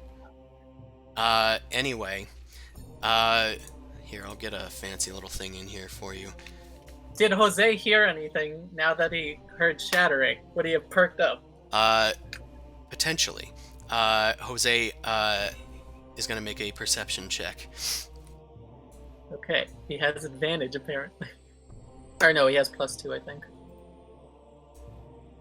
I don't have his guy out. Oh, well, just make a normal check, I guess. Like, just a d20. Oh, damn it. Jose ain't hearing shit. Well, he has advantage. Okay. Yay! He got like a 14. Stop with the memes. They're too good. Hold on, I'm gonna get slightly different. So, as this happens, Jose seems to perk their ears up. Amon, you notice this being outside with Jose. That was how it was going, right? Yeah. Yeah. His eyes perk up, but you're not sure what's going on. He starts to run around to the other side of the Senate building. Do you wish to follow? Yeah. Well, I'm in charge of the dog, so I better follow. You start following. Make an athletics check as you're carrying a lot of shit. That's good. I hate all of you. I Okay, should have. I'm sorry I didn't give you my bag of holding. Now that I think about it in hindsight, that's literally the thing I should have given you. Hold on just a sec. Okay, there we go. Sorry, could not find the button for some reason. Oh, jeez. Oh, As Oh, you God. rush along through the people outside that are still, while they're not as vocal, they are all still gathered outside of the Senate. They were not able to pay their way in. There's a whole crowd of people. Eventually, you lose track of Jose as he darts in and out of the people. You are too laden with your stuff. Meanwhile, inside of the Senate, you hear a booming feminine voice. People of the Eloran Consulate. These citizens paid to be here, only to hear what they wanted to hear echoed back upon them. I'm here as the voice of the unheard, the farmers, the homeless, the shopkeepers, the artisans. All of us in the Undercroft, we demand to be heard. The crowds begin to panic. What's going on? Someone do something! Someone then yells from the consuls, we don't negotiate with terrorists! And then someone else, she has a hostage! She does have her rapier tipped towards the Church of Hyronius senator, with the other one looking on. Also seems I'm unable to zoom in without moving the aura token. There we go. Cool. She continues to speak. This pointless war does not belong to us. The consuls, the Senate, they only seek to line their pockets while the people go off to war. The consuls then stand up and start speaking in outrage. Finally, a voice pierces through the veil. Let her speak! This concise voice seems to break apart all of the other consuls bickering as they turn towards a Taurus who is standing up upon his bleacher. I'm mixed now. I mean, what about a Taurus? He is standing He's up. standing up now. He said, let her speak. Oh, interesting. Okay. Everyone turns towards a Taurus, and he says, every Eloran has a right to be heard here. I say we hear her out. Everyone sort of hushes. The Red Raven doesn't seem to regard him. Many of you folk. How many of you? How many of you are going to be on the front lines, dying for your kingdom? None of you, you merchant lords, property managers, politicians, priests, bankers. You'll all be getting rich with those, while those below you suffer for your rich heritage. You guys in the cheap seats down below, you hear a nearby voice uttering to one of the guards, where are the high guards in the upper level? They should have acted by now. The other one, just kind of shrugs. Quickly, get word around. We need knights on the upper levels now. Be as quick and quiet as you can. The guard nods and heads off. What floor was this on? The same floor as you guys. I didn't make it back to my seat, did I? No, you did. Okay. Yeah, put you in there. I'm gonna sneak out and try and get to the upper floors. I'm gonna sneak Do I- out do I too. see Or anything on the outside? On this side, no. You're just looking for Jose desperately. Is Jose moving you to the opposite side so you can see what's going on? Jose seems to have lost sight of him as well. He was moving too slowly. you know what? I'll go along too. I'm gonna try and sneak out too. You're gonna try and sneak out? Yeah. I mean, worst case, I'd just be like, I just want to go help. I have an out. She You has are to actually succeed. Guard, technically. So I can just claim I'm going to go help. She is the one who has to actually be more sneaky than I do. Because I could always go to a deception check and just return to my seat. Okay. I'm gonna have Mao make a stealth check. And Zumasu, I'm gonna have you, because you're a little less obvious, I'm gonna have you make a deception check. So I'm just gonna say, I'm gonna go see if I can get up there. Okay. They look like they need help. Mao, you're able to slip past as some of the guards exit through the eastern corridor. You're able to duck past the citizens in the bleachers.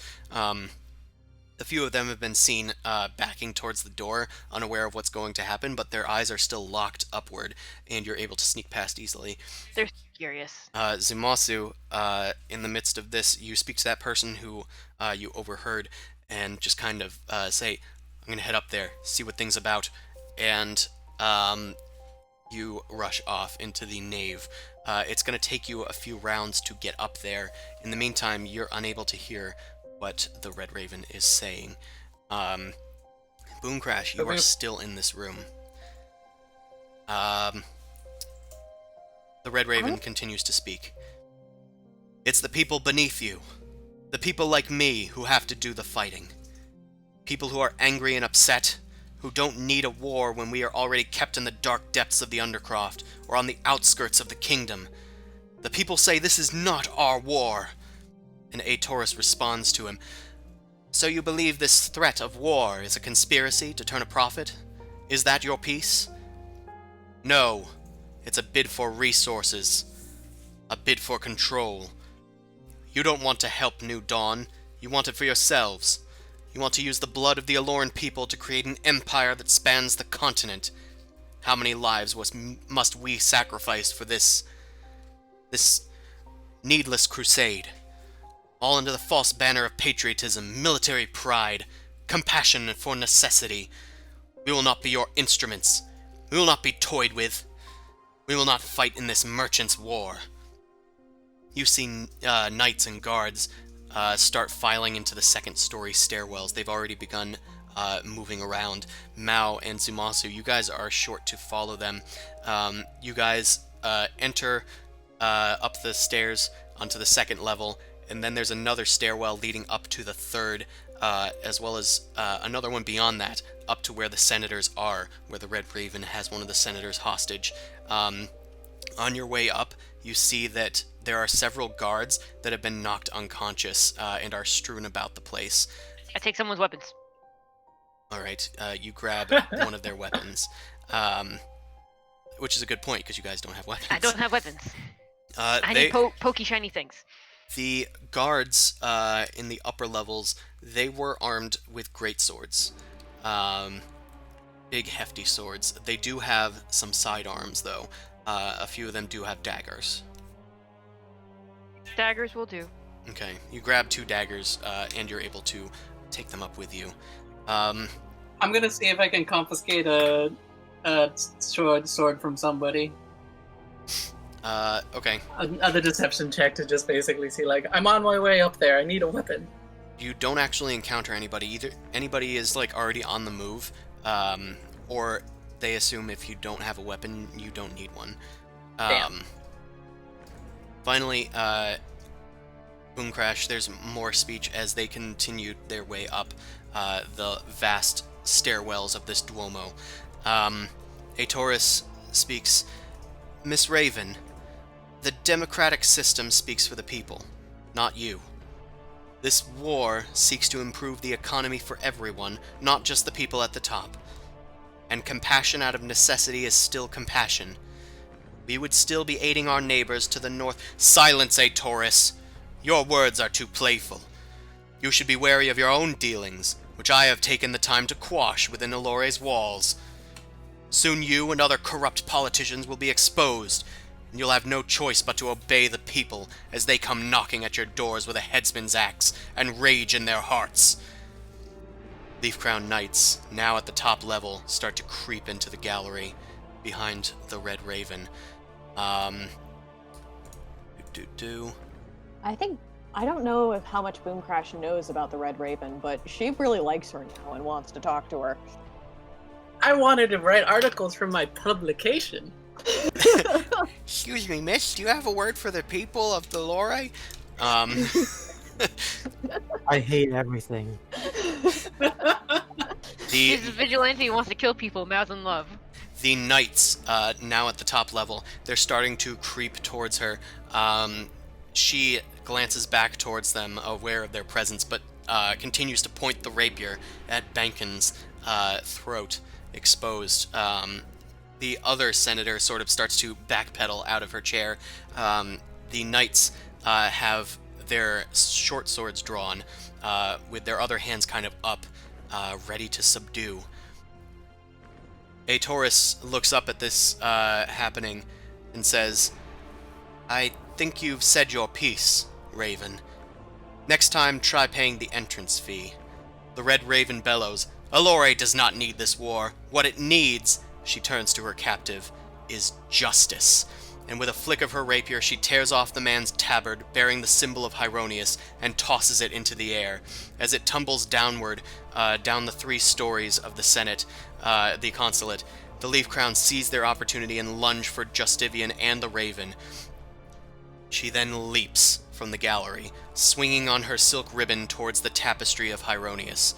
With a reverse hold on her blade, she tears into the cloth, descending safely to the second level amidst the terror screams of the consuls, now exposed to her.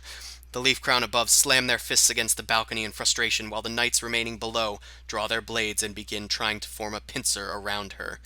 And I'm gonna activate that. You guys, what do you guys want to do? I still don't know what's going on, right? And You jack guys, shit. at this point, just after this happens, you arrive. So I see her jump down, and I'm just like, shit, how am I gonna get down there? Okay. Yeah, she swings over to here. There's like a window like this one just above her. That's the way that she entered in. And once she swings around to here, she tears down into the tapestry and descends onto this second level right there. And I'm going to get rid of the big cool image that I drew like a month ago. There we go. Well, you said we're up at the 3rd floor, right? We finally had gotten up there. Yeah, and I'm going to move you guys to approximately where you are. So you guys were looking for her. Let's... Oh, not you, Boom Crash. Alright, my goal is now changed because I'm not going to be able to reach a rogue with this much terrain and without magic. Okay. Okay. So So you guys arrive at the second level as you see the knights looking downward, and then you rush to the like edges of this, and you're able to see her as the knights down below start to creep up upon her with their great swords drawn. You can act now. Okay, I just have I have a really particular question because I want to describe what I'm actually switching my goal to do. My goal is to basically grab a piece of article of clothing that gets torn off or an item she drops for later usage. So she hasn't dropped or torn anything yet, right? Or hasn't had any utility items she's used? So you do notice one thing. She swung in on this big red silk ribbon, kind of like a Cirque du Soleil act type deal. That is now hanging freely from the window. However, it's like hanging right here. Not easily grabbable. Okay. There's a guard nearby though? There is a guard nearby. Also, I guess I should probably get an initiative going. I'm guessing. I'll do one of the knights, the whole of them. Oh boy. Right. That's a lot of knights. There's a lot of knights. Yes. And I'll do... Should I roll or are you rolling? Yeah, you can roll for initiative, that's fine.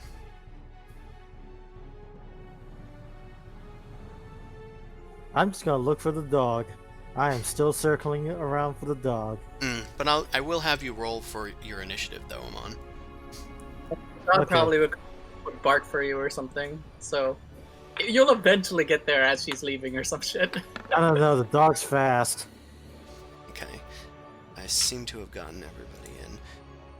Okay, the Red Raven, who got... Oh, guess I didn't get everybody in yet. Sorry. It's okay, I put you in the right order. The Red Raven, who got a natural 20, which is the first of which that I've actually rolled for you guys. It's $5 going to the Massachusetts Bail Fund. Be sure to donate at the link down below. Help protesters in the Boston area meet bail for the current protests going on for Black Lives Matters. So, the Red Raven is going to take her initiative. As these knights begin to start pincering her in here, she takes out a bullwhip and starts cracking it on her left flank. The knights are startled and kind of like back up. The consuls in the stands begin to shriek. A Taurus is standing there. His consort seems to have like stood in front of him as if to protect him, which is seemingly strange with her dress. The Red Raven then uses the bell of her rapier to flick her hat while looking up at Aetorius among the consuls. "You'll get yours soon." The raven spirals her whip above her head and strikes at her right flank, and wraps it up around the neck of one of the knights. Going down, and then she leaps off of the side. The guard is dragged towards the edge, the balustrade as it were, and then slams into it as his neck supports her descent into the lower levels. That guy gonna be okay. It does not look like it. She leaps over the railing, dragging the unfortunate knight, slamming him into the parapet as she swings down. As the whip finally loosens, the raven lands on one of the guards down below. She gets to her feet, largely undistressed by this sudden movement. The remaining guards down below start to move to intercept her as the crowd begins to yell and move towards the stairwells and exits, shrieking that this terrorist has invaded their Senate meeting. The raven then shouts out, "This is the result when the people are left unheard. Our voice is above this council's decorum." Okay, she done. Now, 'tis your turn. Well, fuck. I'm gonna back up because they're distracted and go hide and run back downstairs. Alright, To try some grappling hook shenanigans. Nope. Okay. oh, you're She not is that already on the ground floor. you're not that badass? I'm not that stupid to make myself known. I'm not that stupid to expose myself to a dice roll. Pretty much. But yeah, it's like I ran up to try and like at least give way, figure out who the fuck she was, but now she's already gone, so it's too late. So I'm just going to backtrack back down the stairs, Alright. or at least try and see out the window on the other side where she's heading.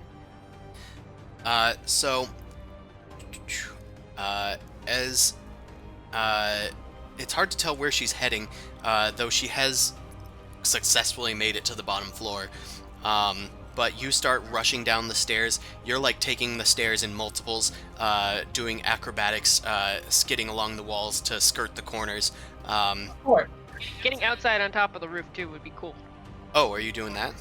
I was thinking more like just figuring out where she's going to be going, so getting a vantage point so I can see. That's what I was thinking. Oh, so not going backtracking. I'm backtracking like out of this spot, and there's no more map for me to leave. So I think what he's saying is you can either choose to backtrack the normal way and try to get to the floor level, or you can backtrack to try to get outside. Okay. well, like- what? So beyond this area, I guess this like kind of hall meeting. What's the back portion of this look like? Are they The just, back like, portion of this looks like stairs leading up to the Senate room, as well as stairs leading down back to where you came. no hallway, other windows, nothing else on the other side? There's a hallway that circles around the entire establishment. Okay. There's a lot of unconscious guards out here.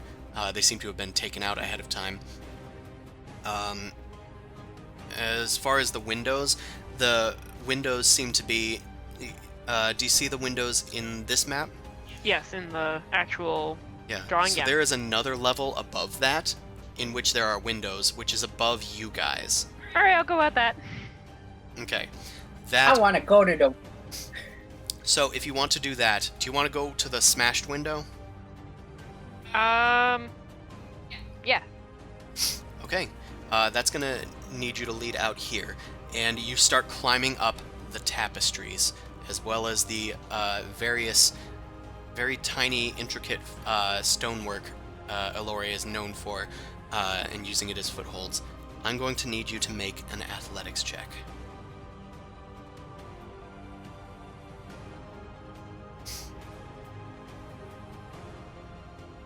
Right. Athletics. You leap onto this tapestry, and although it's difficult to get your grip up, and you're not used to so much like upper body strength, you're more for delicate work. You are able to climb up to the top bar of this tapestry and get a bit of rest. It does take you most of the turn though, and you're unable to proceed further. It looks like the next leg of this might be a bit difficult. Let's move on to Boom Crash. It is your turn, you tiny little token down there. Yeah. There is. I'm going to. So this right here, this is the entrance, correct? Yes, that is the only entrance and exit to the bottom floor. Okay. There are no windows on the bottom floor as well. Yeah, I sort of see that. My telepathic thing doesn't work here, right? No magic does. No magic does. Okay. I'm going to write a note. Put my phone And- number down. Move over there. It's like, All meet right. me at the Three Ravens. I want to talk about a Taurus. Okay. You take out a note and scribble this hastily upon it. Amon, you are outside, desperately looking for Jose. You're aware that something might be wrong, especially as you start to hear yells and shrieks from inside of the Senate.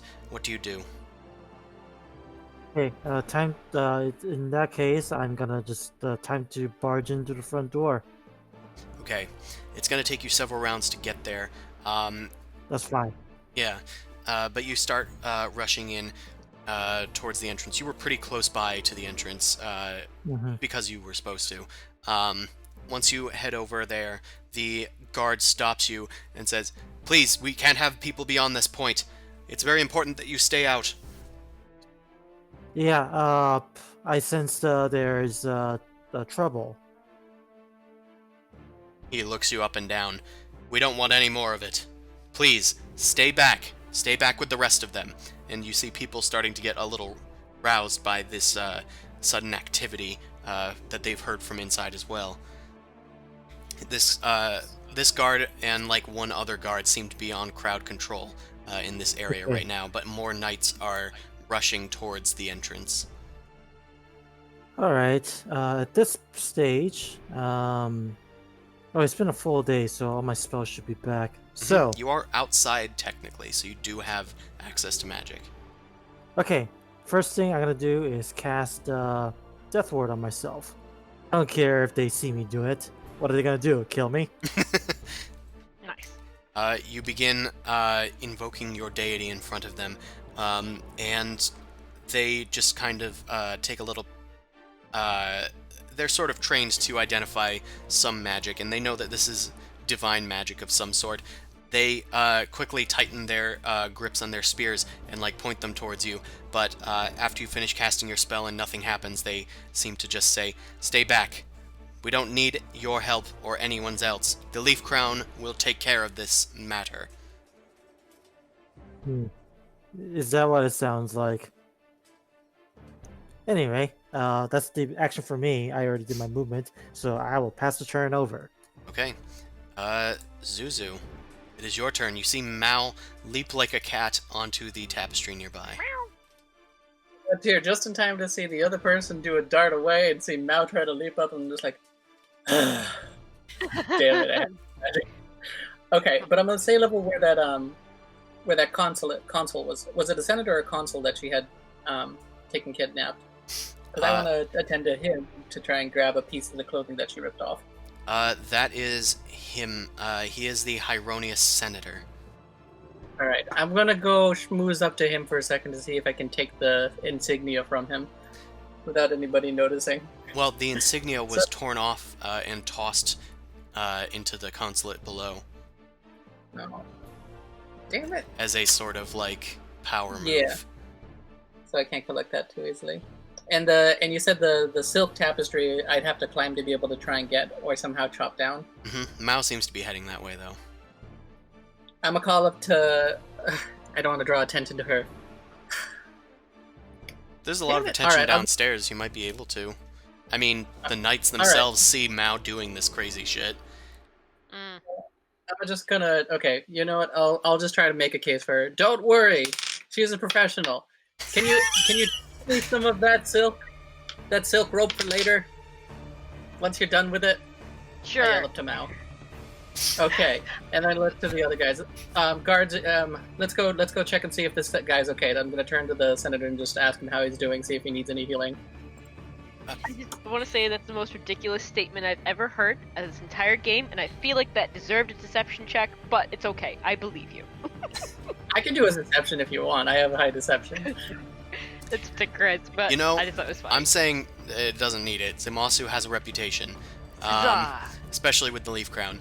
Zumasu, you turn to them and to Bankin and look him over. He says, "No, Are you harmed, sir? I'm fine. I'm fine. She didn't hurt me. Just need a tailor." It's terrifying. Well, at least she didn't harm you. That poor guy down there seems like he got it a bit worse. Just please arrest that woman and protect me. You got her. He hasn't dropped anything, right? No. You don't have water, cups, or anything to drink while they're up here? Sure. He had a little glass of water that was nearby the table. It was knocked over by the Red Raven. Another case of property damage. I'm gonna try and slide a hand that. I guess it's something that doesn't directly grab him from us. You want to track this dude? Or something later? Yeah, or... You know what? Okay, you know what? I'll do a deception and sleight of hand. I'm gonna try and pick something from him, even though I don't have... This is completely by chance, and I'll use deception to brush it off if it fails. So I'll try and sleight of hand him first. Okay. You can do that. That's pretty okay, considering you. I'm gonna still roll against it, though. Thankfully...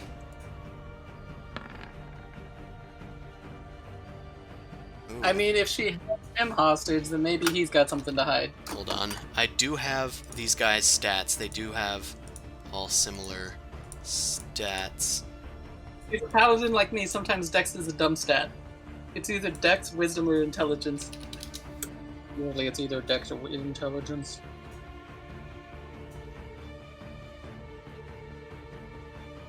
Okay. He has insight, but that's not what we're rolling for. You've beaten his passive perception of 12. Woo! As you're like looking him over, he goes, "What are you doing?" "I'm looking for wounds." And you are able to grab a small, like, little trinket out of his pouch. And I'm gonna say that's your action. Yeah, that makes sense. Alright. It is, that night, but all of the knight's turns. They begin to move in.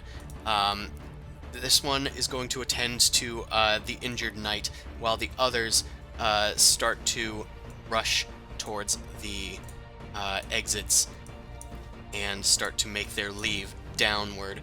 One of them shouts to the rest of them, "Somebody stay up here! Stay up here just in case!" And a few of them are staying by the opposite entrances as the others start to make their way downstairs. And I'm just going to put them here for being in transit. They'll know because they're, like, bigger and in the middle. Cool. The guards then start to move in. They're going to move 1, 2, 3, 4.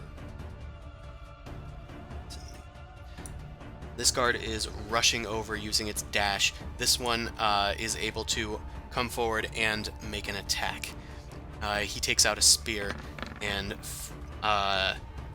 starts poking at the Red Raven, but to no effect. These guys are not highly trained guards in the lower seats. This guy is going to rush over here. This one is going to charge through the lecterns. And this one, near Boom Crash, is going to stay by the exit and try and secure it.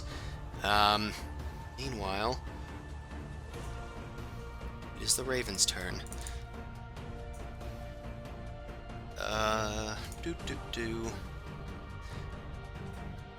Okay, so, the Raven lets go of her whip, and then, coils it back up, and puts it into her pouch. Well, her belt loop, and then she starts going to town on these guys. I mean, what's our multi-attack? 2 rapier attacks. Cool. And 1 whip.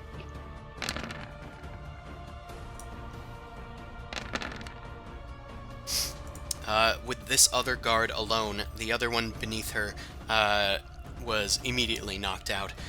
She's able to very easily knock this guy unconscious. She seems to be doing non-lethal damage. She slashes at his chest with the rapier and then smashes him upside the head with the bell of it, and this guard is knocked unconscious. It only took 1 strike to do that. She's going to then head over here, and thanks to her natural 20, which is the second one tonight. Nice. Did it automatically do that? Not quite, so I need to roll... What do I need to roll? Whoop! Hey. Get out of there. Giant woman. Ah!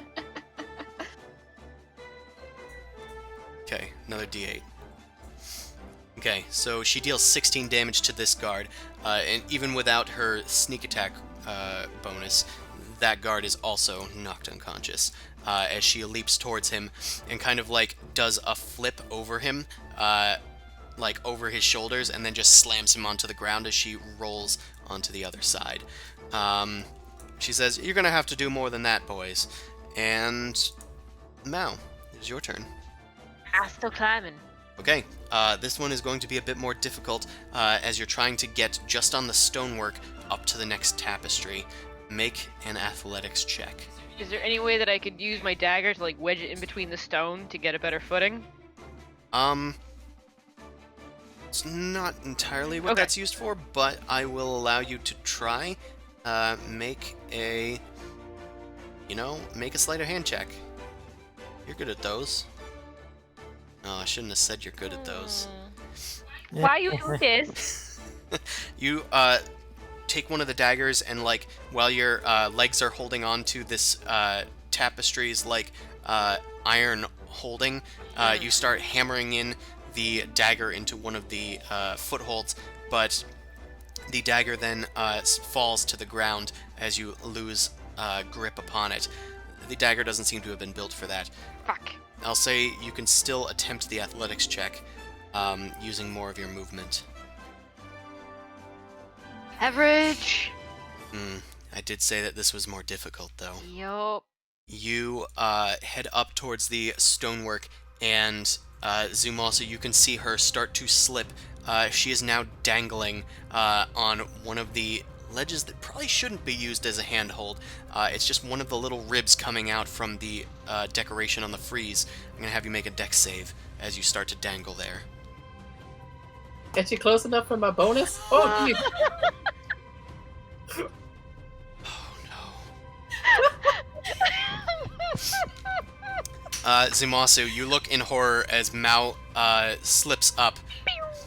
Her fingers start to leap off of the little lip one by one until just one finger remains, and then she starts dropping. Mao, there is one more dex save that you can make in this particular instance as you start to plummet. You start skidding past the silk sash that was left there by the raven. As you grab onto it, you go into a mad spiral, spinning out of control as you slide towards the ground, deafening the fall. Really Yeah. badly. Gonna be some rug burn there. Deafening the fall This is magic. by half. It is a tall structure. This is about Did I at least get some of the ribbon in my hand? Rip it off too. silk is kind of hard to tear, but there. We'll say that since you had a dagger in your hand, and you got a good dexterity save, I'll say yes. You're able to cut into it, especially maybe trying to slow your fall, and you rip away some of the silk. But I'm going to do some damage to you first. So it's about 80 feet up. It's a very tall structure, the tallest in Eloran. But you're going to take half of this damage, in spite of your evasion. Ow. So you take 15. All things considered, it means you rolled with it. That could have been a whole lot worse. Yeah, you spin and spiral towards the ground until the silk completely tears off, and you land within the consulate amongst the terrified squeals of the Hieronius and Council of Moons members, and you land with your back snapping on one of the bleachers below. Oh. It's very painful. You are now prone. And unfortunately, that's most of your turn. Boom Crash, it's on you. I'm going to go a little bit deeper into the doorway and sort of ready and hunker for when she comes by. Like, I'm gonna try and get her attention and pass off a note to her. So much easier than what I was trying to do. Alright. Hey, let's talk. Let's go on a date. God damn it. Amon, it is I'm your just trying turn. to flip her my number. Amon, you have cast Death Ward upon yourself, and the knights are starting to arrive.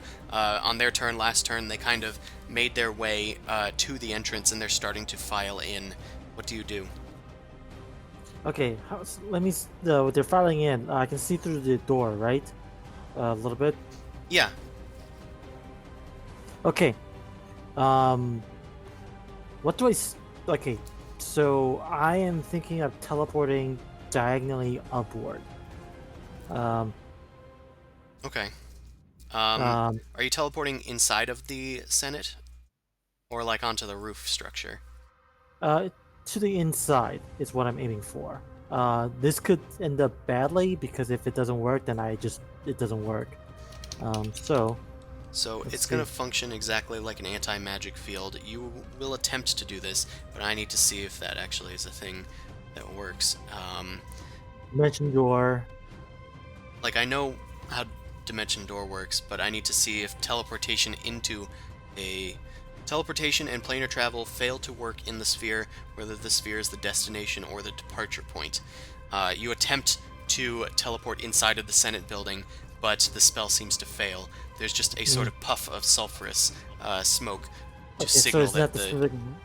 So it's not just a specific room, but the entire structure. This is the most defensive point in Eloran. Even the arcane seat is not completely shrouded in anti-magic. This is purely to make this a political neutral ground.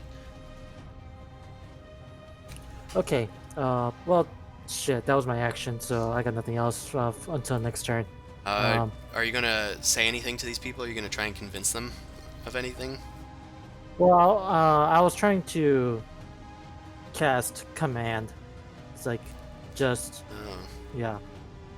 You might be able to do that next turn, but Yeah, that's what I'm trying to do. So for Okay. now, I'm just gonna do that.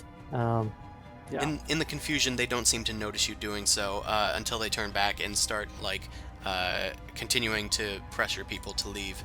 Zumosu, it's your turn. Okay. Well, I'm gonna go run and try and check on now, I guess. Because I got the piece for the guy seems fine. I'm gonna be like, ooh, that's probably gotta hurt. Guards, take care of her. Guards, take care of the senator. I'm gonna go check on the person who just fell. They nod and help Justivian back to their feet and get on watch. You start rushing down the stairs. With your movement and a dash, it's still going to take you some time. Try and jump down to her. Just going to try and, like, fucking take it. I try and use if this is how it's set up. I could use that what is that the I can't talk right now. The silk thing that's hanging the banner. I could use the banner to swing down, but I don't think I'd have the skills for that. The Unless it's just tapestry. Yeah. Certainly try. Is it athletics or is it acrobatics if I'm holding on to it? That's more acrobatics. Going down is an acrobatic act. Going up is an athletics. Okay. Yeah, no, I'm It's not gonna risk falling that. That'd with be dumb. style. Yeah, nah, I'm gonna run down. Okay. You carefully gauge the tapestry's length and your capabilities, and then shake your head and rush towards the stairwell. Venom pops out of your back and can goes, can I do acrobatics? This is gonna be dumb, but I'm gonna try and go down the stairwell faster. I'm gonna try and Sure. parkour the stairs. I describe take that more off- as Mao's ability to bonus action dash, but I'll let you Oh. I'll let you attempt it. Okay, I'll take damage if I don't Over. that. Okay. You rush down and you start leaping down the stairwell, skipping several tons of steps. And in your armor, thankfully, it's not as dramatic to you, although you're getting a few dents here and there. So you are able to make it down a bit more quickly. Next turn, you should be able to arrive instead of in 2 turns. I'm okay with this. Okay, it is the knights' turns.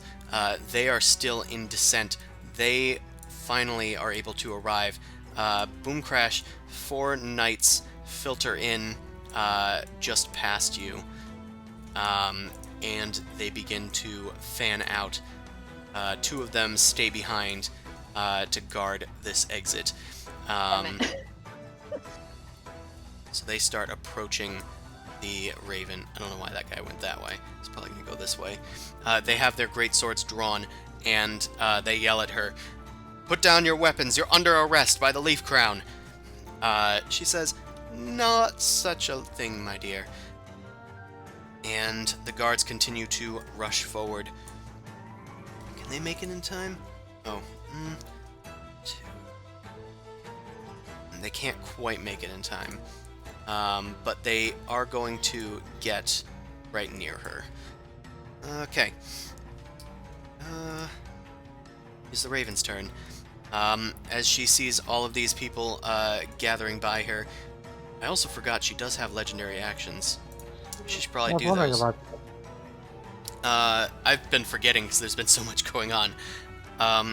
She is going to do one of her better ones. And at the end of the knight's turns, she's going to do a sort of acrobatic dash over towards this knight over here. And she grabs, she slides underneath of the knight, underneath his legs, grabs his cape, and then kips up and takes the cape over his head and tosses him to the ground. She's going to attempt to trap him. He's going to make a dex saving throw. And he fails. The knight becomes restrained as the cape gets caught in his belt loop, and he starts struggling like, "I can't see! What the heck? Where'd she go?" And she's going to end that legendary action. She's then going to take out her whip and try and whip it at this dude over here. Okay, as she whips it towards him, he needs to make a dex or strength check. He's actually good at those. He resists being pulled as the Red Raven whips around his wrist and starts yanking towards her. But either way, the knight takes 5 slashing damage. Actually, I think that counts for her rakish audacity. So the knight is going to take 28 damage instead. Non-lethal. She's then going to rush over towards him, since that didn't work, and engage with her rapier.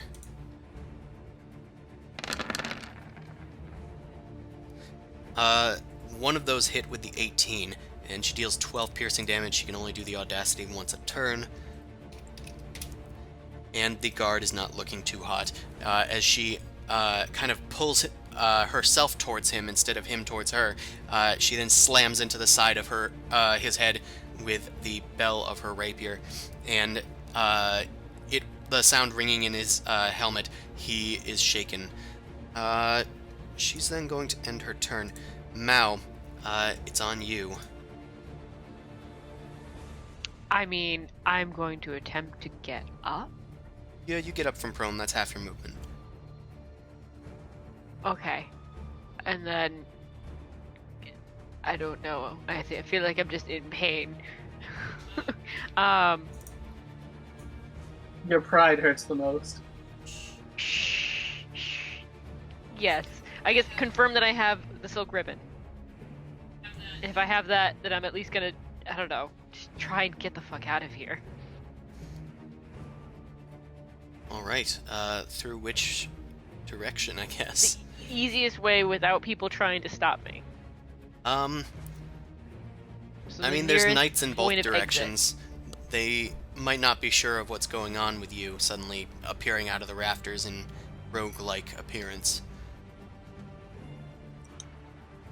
That's why I'm running. So, I don't know, I'm gonna disengage the fuck past them, I guess? I don't know.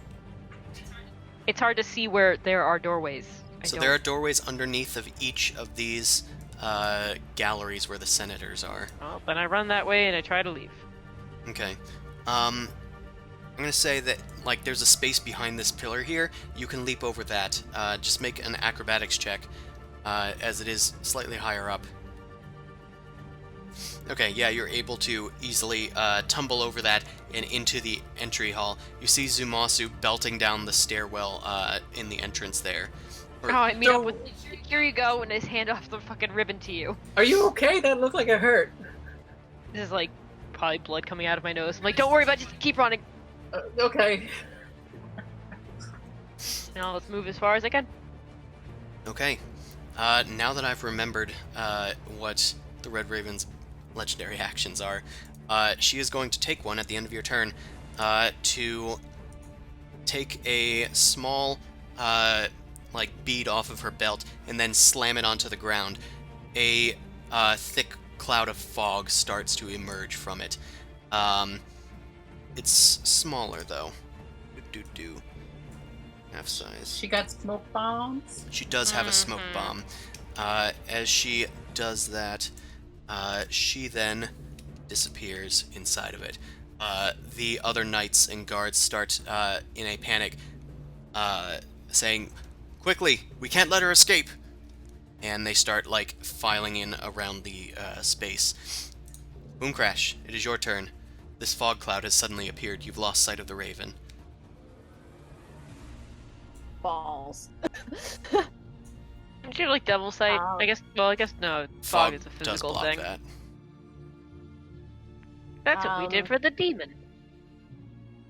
Fuck balls. I'm going to back out behind the knights and just keep hunkering and holding out my piece of paper and hoping for the best. That's all I got. I'm useless. All right. Okay. Amon, it's your turn. You can do what you want to do. Okay, I gotta attempt to cast command. All right. And I guess it's a it's wisdom a. save. Yep. There's two guards Let there. me- Are you gonna try and upcast it to get both of them? Let's see. Yeah, both of them. Okay. They will both attempt wisdom saving throws. Yeah, 2 successes. What is your command? Let me through. I have business there. You speak out just simply, "Stand aside." They jolt upright, and then they immediately stand aside with their spears at the ready. They let you pass through. All right. Time to make a mad dash in. Right. Surprised it worked, you start dashing into the nave. There are guards, like, filtering about. Several, like, a few people are starting to scatter out through the through that way, like civilians, but not a lot, as the knights are preventing them from getting out. You aren't able to dash, but after your movement next turn, you will arrive pretty much where Boomcrash is. Right? Okay. Yeah. As long as I'm not getting interrupted, then yeah, sure.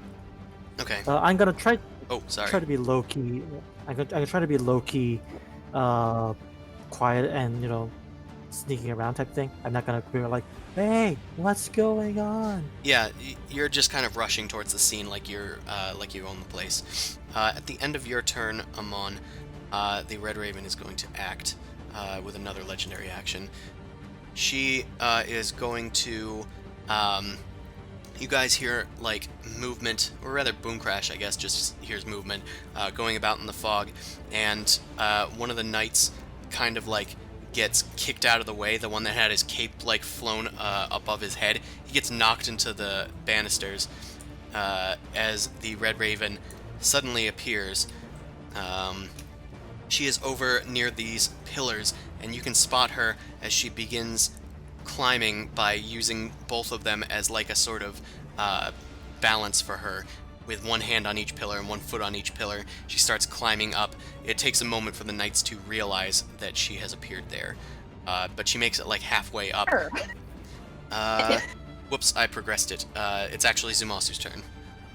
Zumasu, you grab the silk piece from Mao as she hands it off to you, and you are able to rush down the stairwell. At this point, you appear at the very bottom, over where Boom Crash is. In the nave, which is where you appear, like if you're going down the stairwell, you do see Amon rushing in towards you guys, as well as even more knights. I'm just gonna I'm gonna first say, I guess this thing is canceled for now, and I'm gonna try and rush outside. Yeah, that's all I'll try to do. You're gonna rush outside the building? Yeah, because she still hasn't left yet, right? No, she hasn't. All right. Yeah, I'm gonna try and rush outside the building now. Okay, you start heading in that other direction then. It's going to take you a bit to get through the nave. It's a big, long hallway. The knights then take on their turn. This dude is going to try and escape. I just realized, the moment I enter the building, I feel unhealthy again. My period of vitality doesn't work anymore. Oh no! Alright, this dude is still trapped. The other dude is trying to fight his way inside of the fog cloud, but he doesn't really know what's going on. This guard enters trying to find her, poking around with his spear. This one is going to rush over here and toss a spear up towards the Red Raven. Lethal force is permitted in this case. I mean, terrorism. Unfortunately, he misses with the spear, and it flies in between her legs.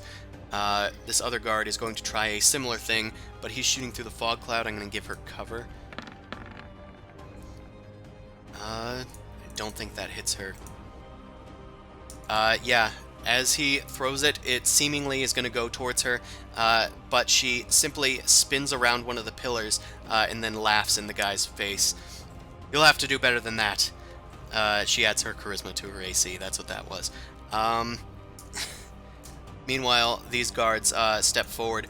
One of them starts heading up into the banisters, or the tiered seating, pushing past the commoners. He's going to try and get up towards the top so he can not really intercept her, but get into a position where he could probably jump down and strike at her. This one is just trying to oversee things. The guards in the upper levels, this one is going to, as soon as he sees where she's going, he's going to head over here at the ready. He calls for the other one as well. And they are standing there awaiting her arrival. And at the end of their turns, I guess she can also make a legendary action to climb further up. Yeah. Oops, that was the wrong thingy. Are there windows on that level? There are windows on the second level, not the first level. Okay. As the Red Raven climbs the rest of the way up using one of her final legendary action, she is going to take out her whip and then do a similar tactic as before and whip this fucking dude.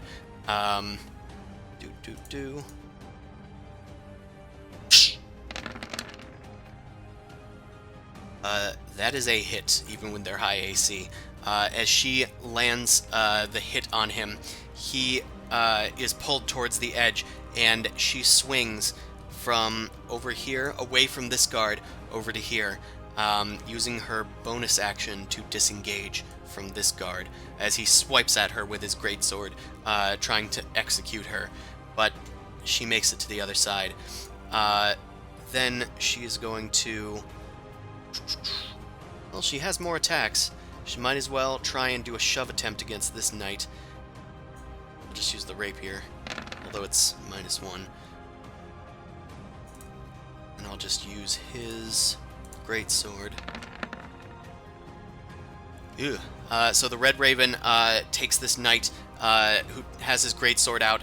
He's cut her whip away, and then he goes to strike at her, but the Red Raven shoves her, this knight, over the parapet, and he starts to fall. We execute Wilhelm scream. And then No. she starts running up the tiered seating past the consuls, kind of like shoving some of them aside towards the window over here. I guess I'll be seeing you all in another life. Remember my words and take them to heart, all of you, and she points her rapier around at the consuls. Mao, it is your turn. You are in the stairwell. You had to use your... Well, you didn't use your disengage. You just used some of your movement. So you're like halfway down the stairs to the first level.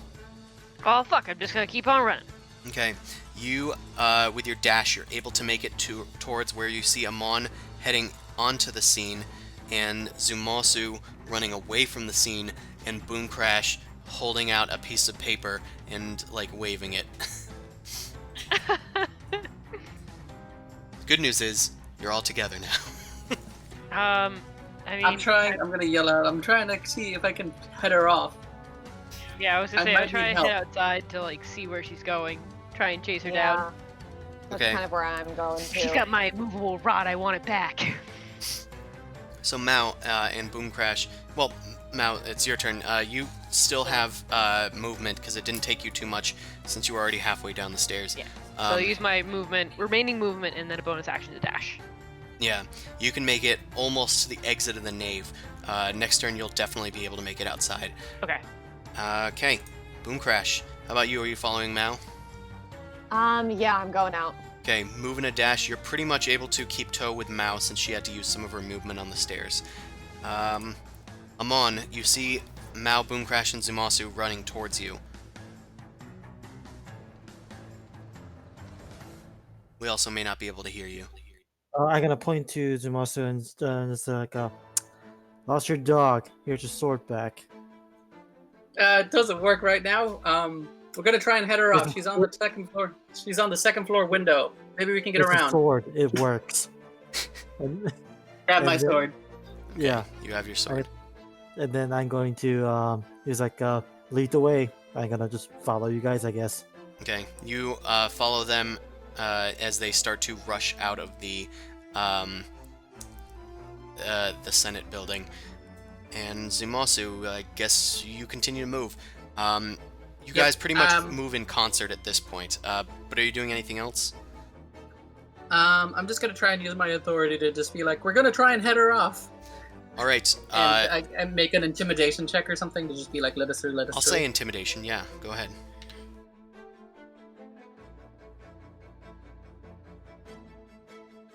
Okay, Yeah. that's pretty good. Your voice booms about the nave, and the guards stand up rigid in fear of your sudden voice.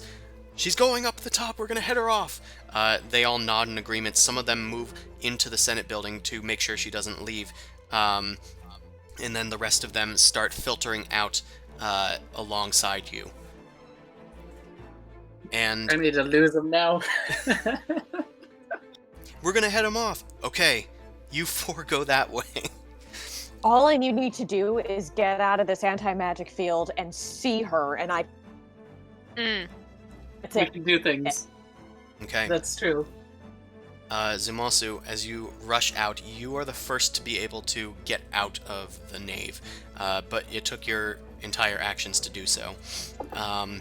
You look around, and as the Eloran Senate is structured, you're still pretty far away from her, and it will take you some time to get around the Senate building to actually get visibility.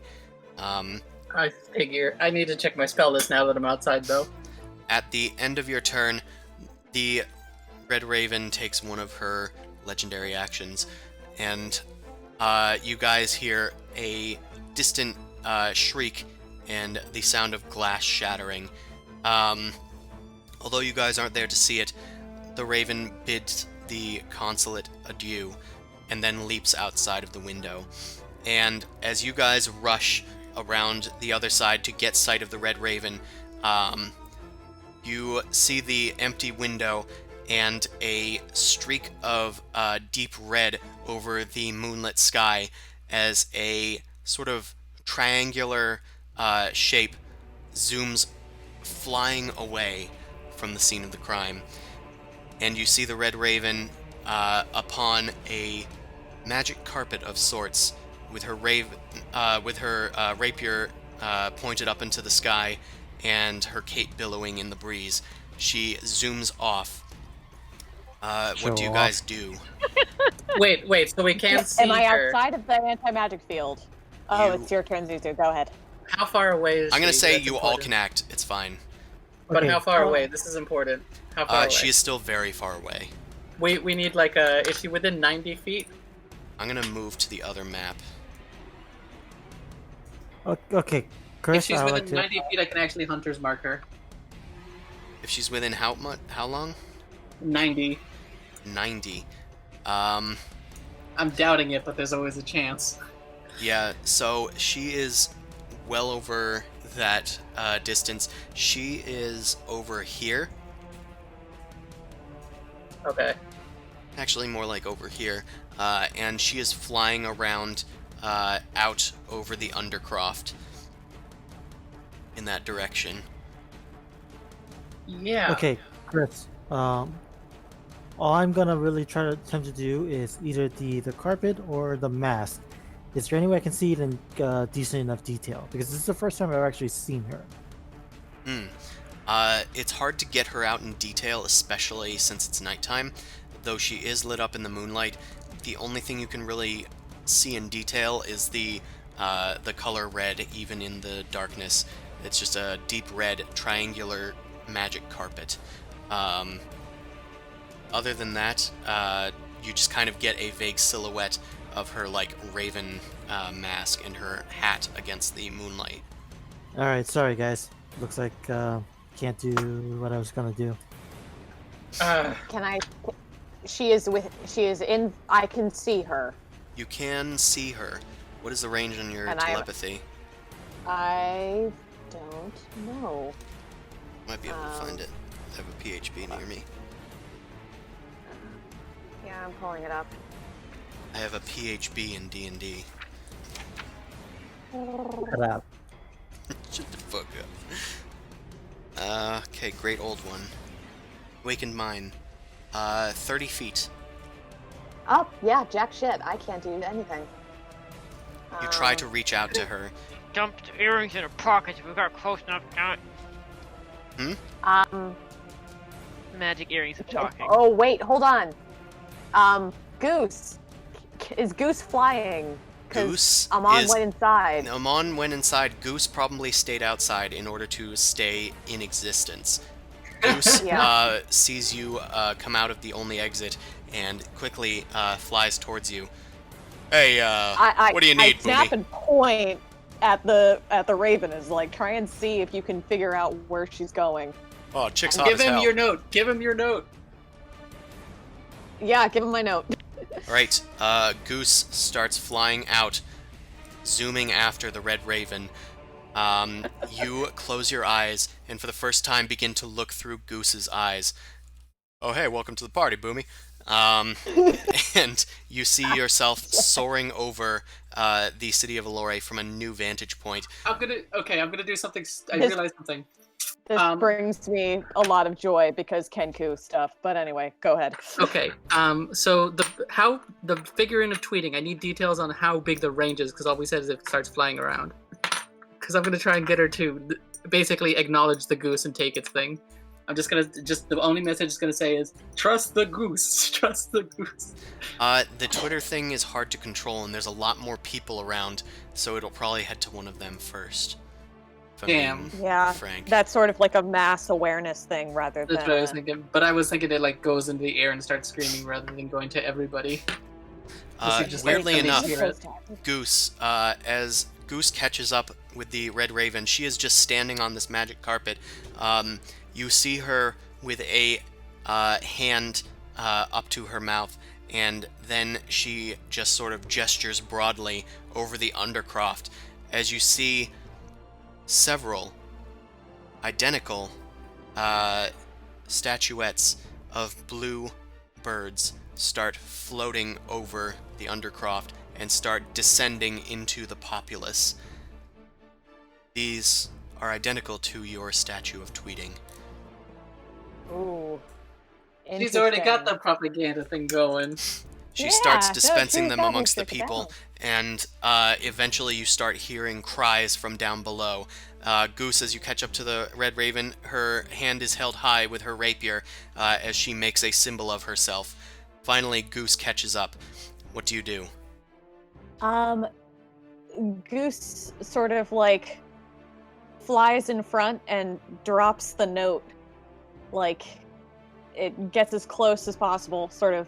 Perches on her And shoulder and then Yeah. takes the note with its beak and sort of like pecks her on the shoulder. She looks towards the Raven. Weirdly enough, the Raven and the Raven look at each other, red versus blue. Yeah, fuck off. She takes the note and opens it. And what did your note say exactly? Meet me at the Three Ravens. I want to talk about a Taurus corruption. Did you say anything else? Did you sign it at all, or? I mean, I assume Goose. I didn't sign it, but I assume that Goose is going to be distinctive enough as a obviously magical familiar, and yeah. Okay. The Red Raven, after reading it in the darkness, she looks over at Goose and just sort of nods. And then she soars off into the night as crowds begin to gather in the undercroft below. Angry people and fires, small fires, start breaking out, and crowds begin to gather and chant in opposition for this merchant's war. And that's where we're going to end tonight's session. That's fine. We're a little over. Yeah, I know. Sorry about that. It's fine. I was having a little Worth it. fun. Ah, Worth it. Sorry you fell, Mao. it's okay. It's not the fall that hurt. I'm pretty sure it is. Also, just be aware that you're lucky. Like if you're in real life, you'd be like, oh no, my slipped disc. I can't full rest this in a day. Yeah, I mean, no, you know what? that could have been potential paralysis really easily. I slept funny. I can't move for a week. Yeah, how far did I fall? It was 80 feet. You descended from the silken ribbon Dead. at least. Humans reach like maximum velocity, something like that, after like 45 feet. So, which means impact is fatal, or like there's a higher probability of impact being fatal. Yeah, so you should be, your bones should be dust. Pretty much. Well, people Might- survive. By the way, like I'm not casting Greater Restoration. By the way, you're gonna get a cast. All right. Yes, sir. I can help you with a fracture. Well, Uh, exciting things have happened in the Senate, in spite of the info dump. Thanks everyone that came out to watch.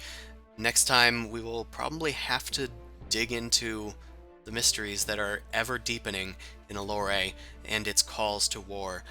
All the things. Remember to donate to the Massachusetts Bail Fund. The link is in the description below. Otherwise, you can find it on their website. I think I got 2 crits tonight, so that's $10 for me.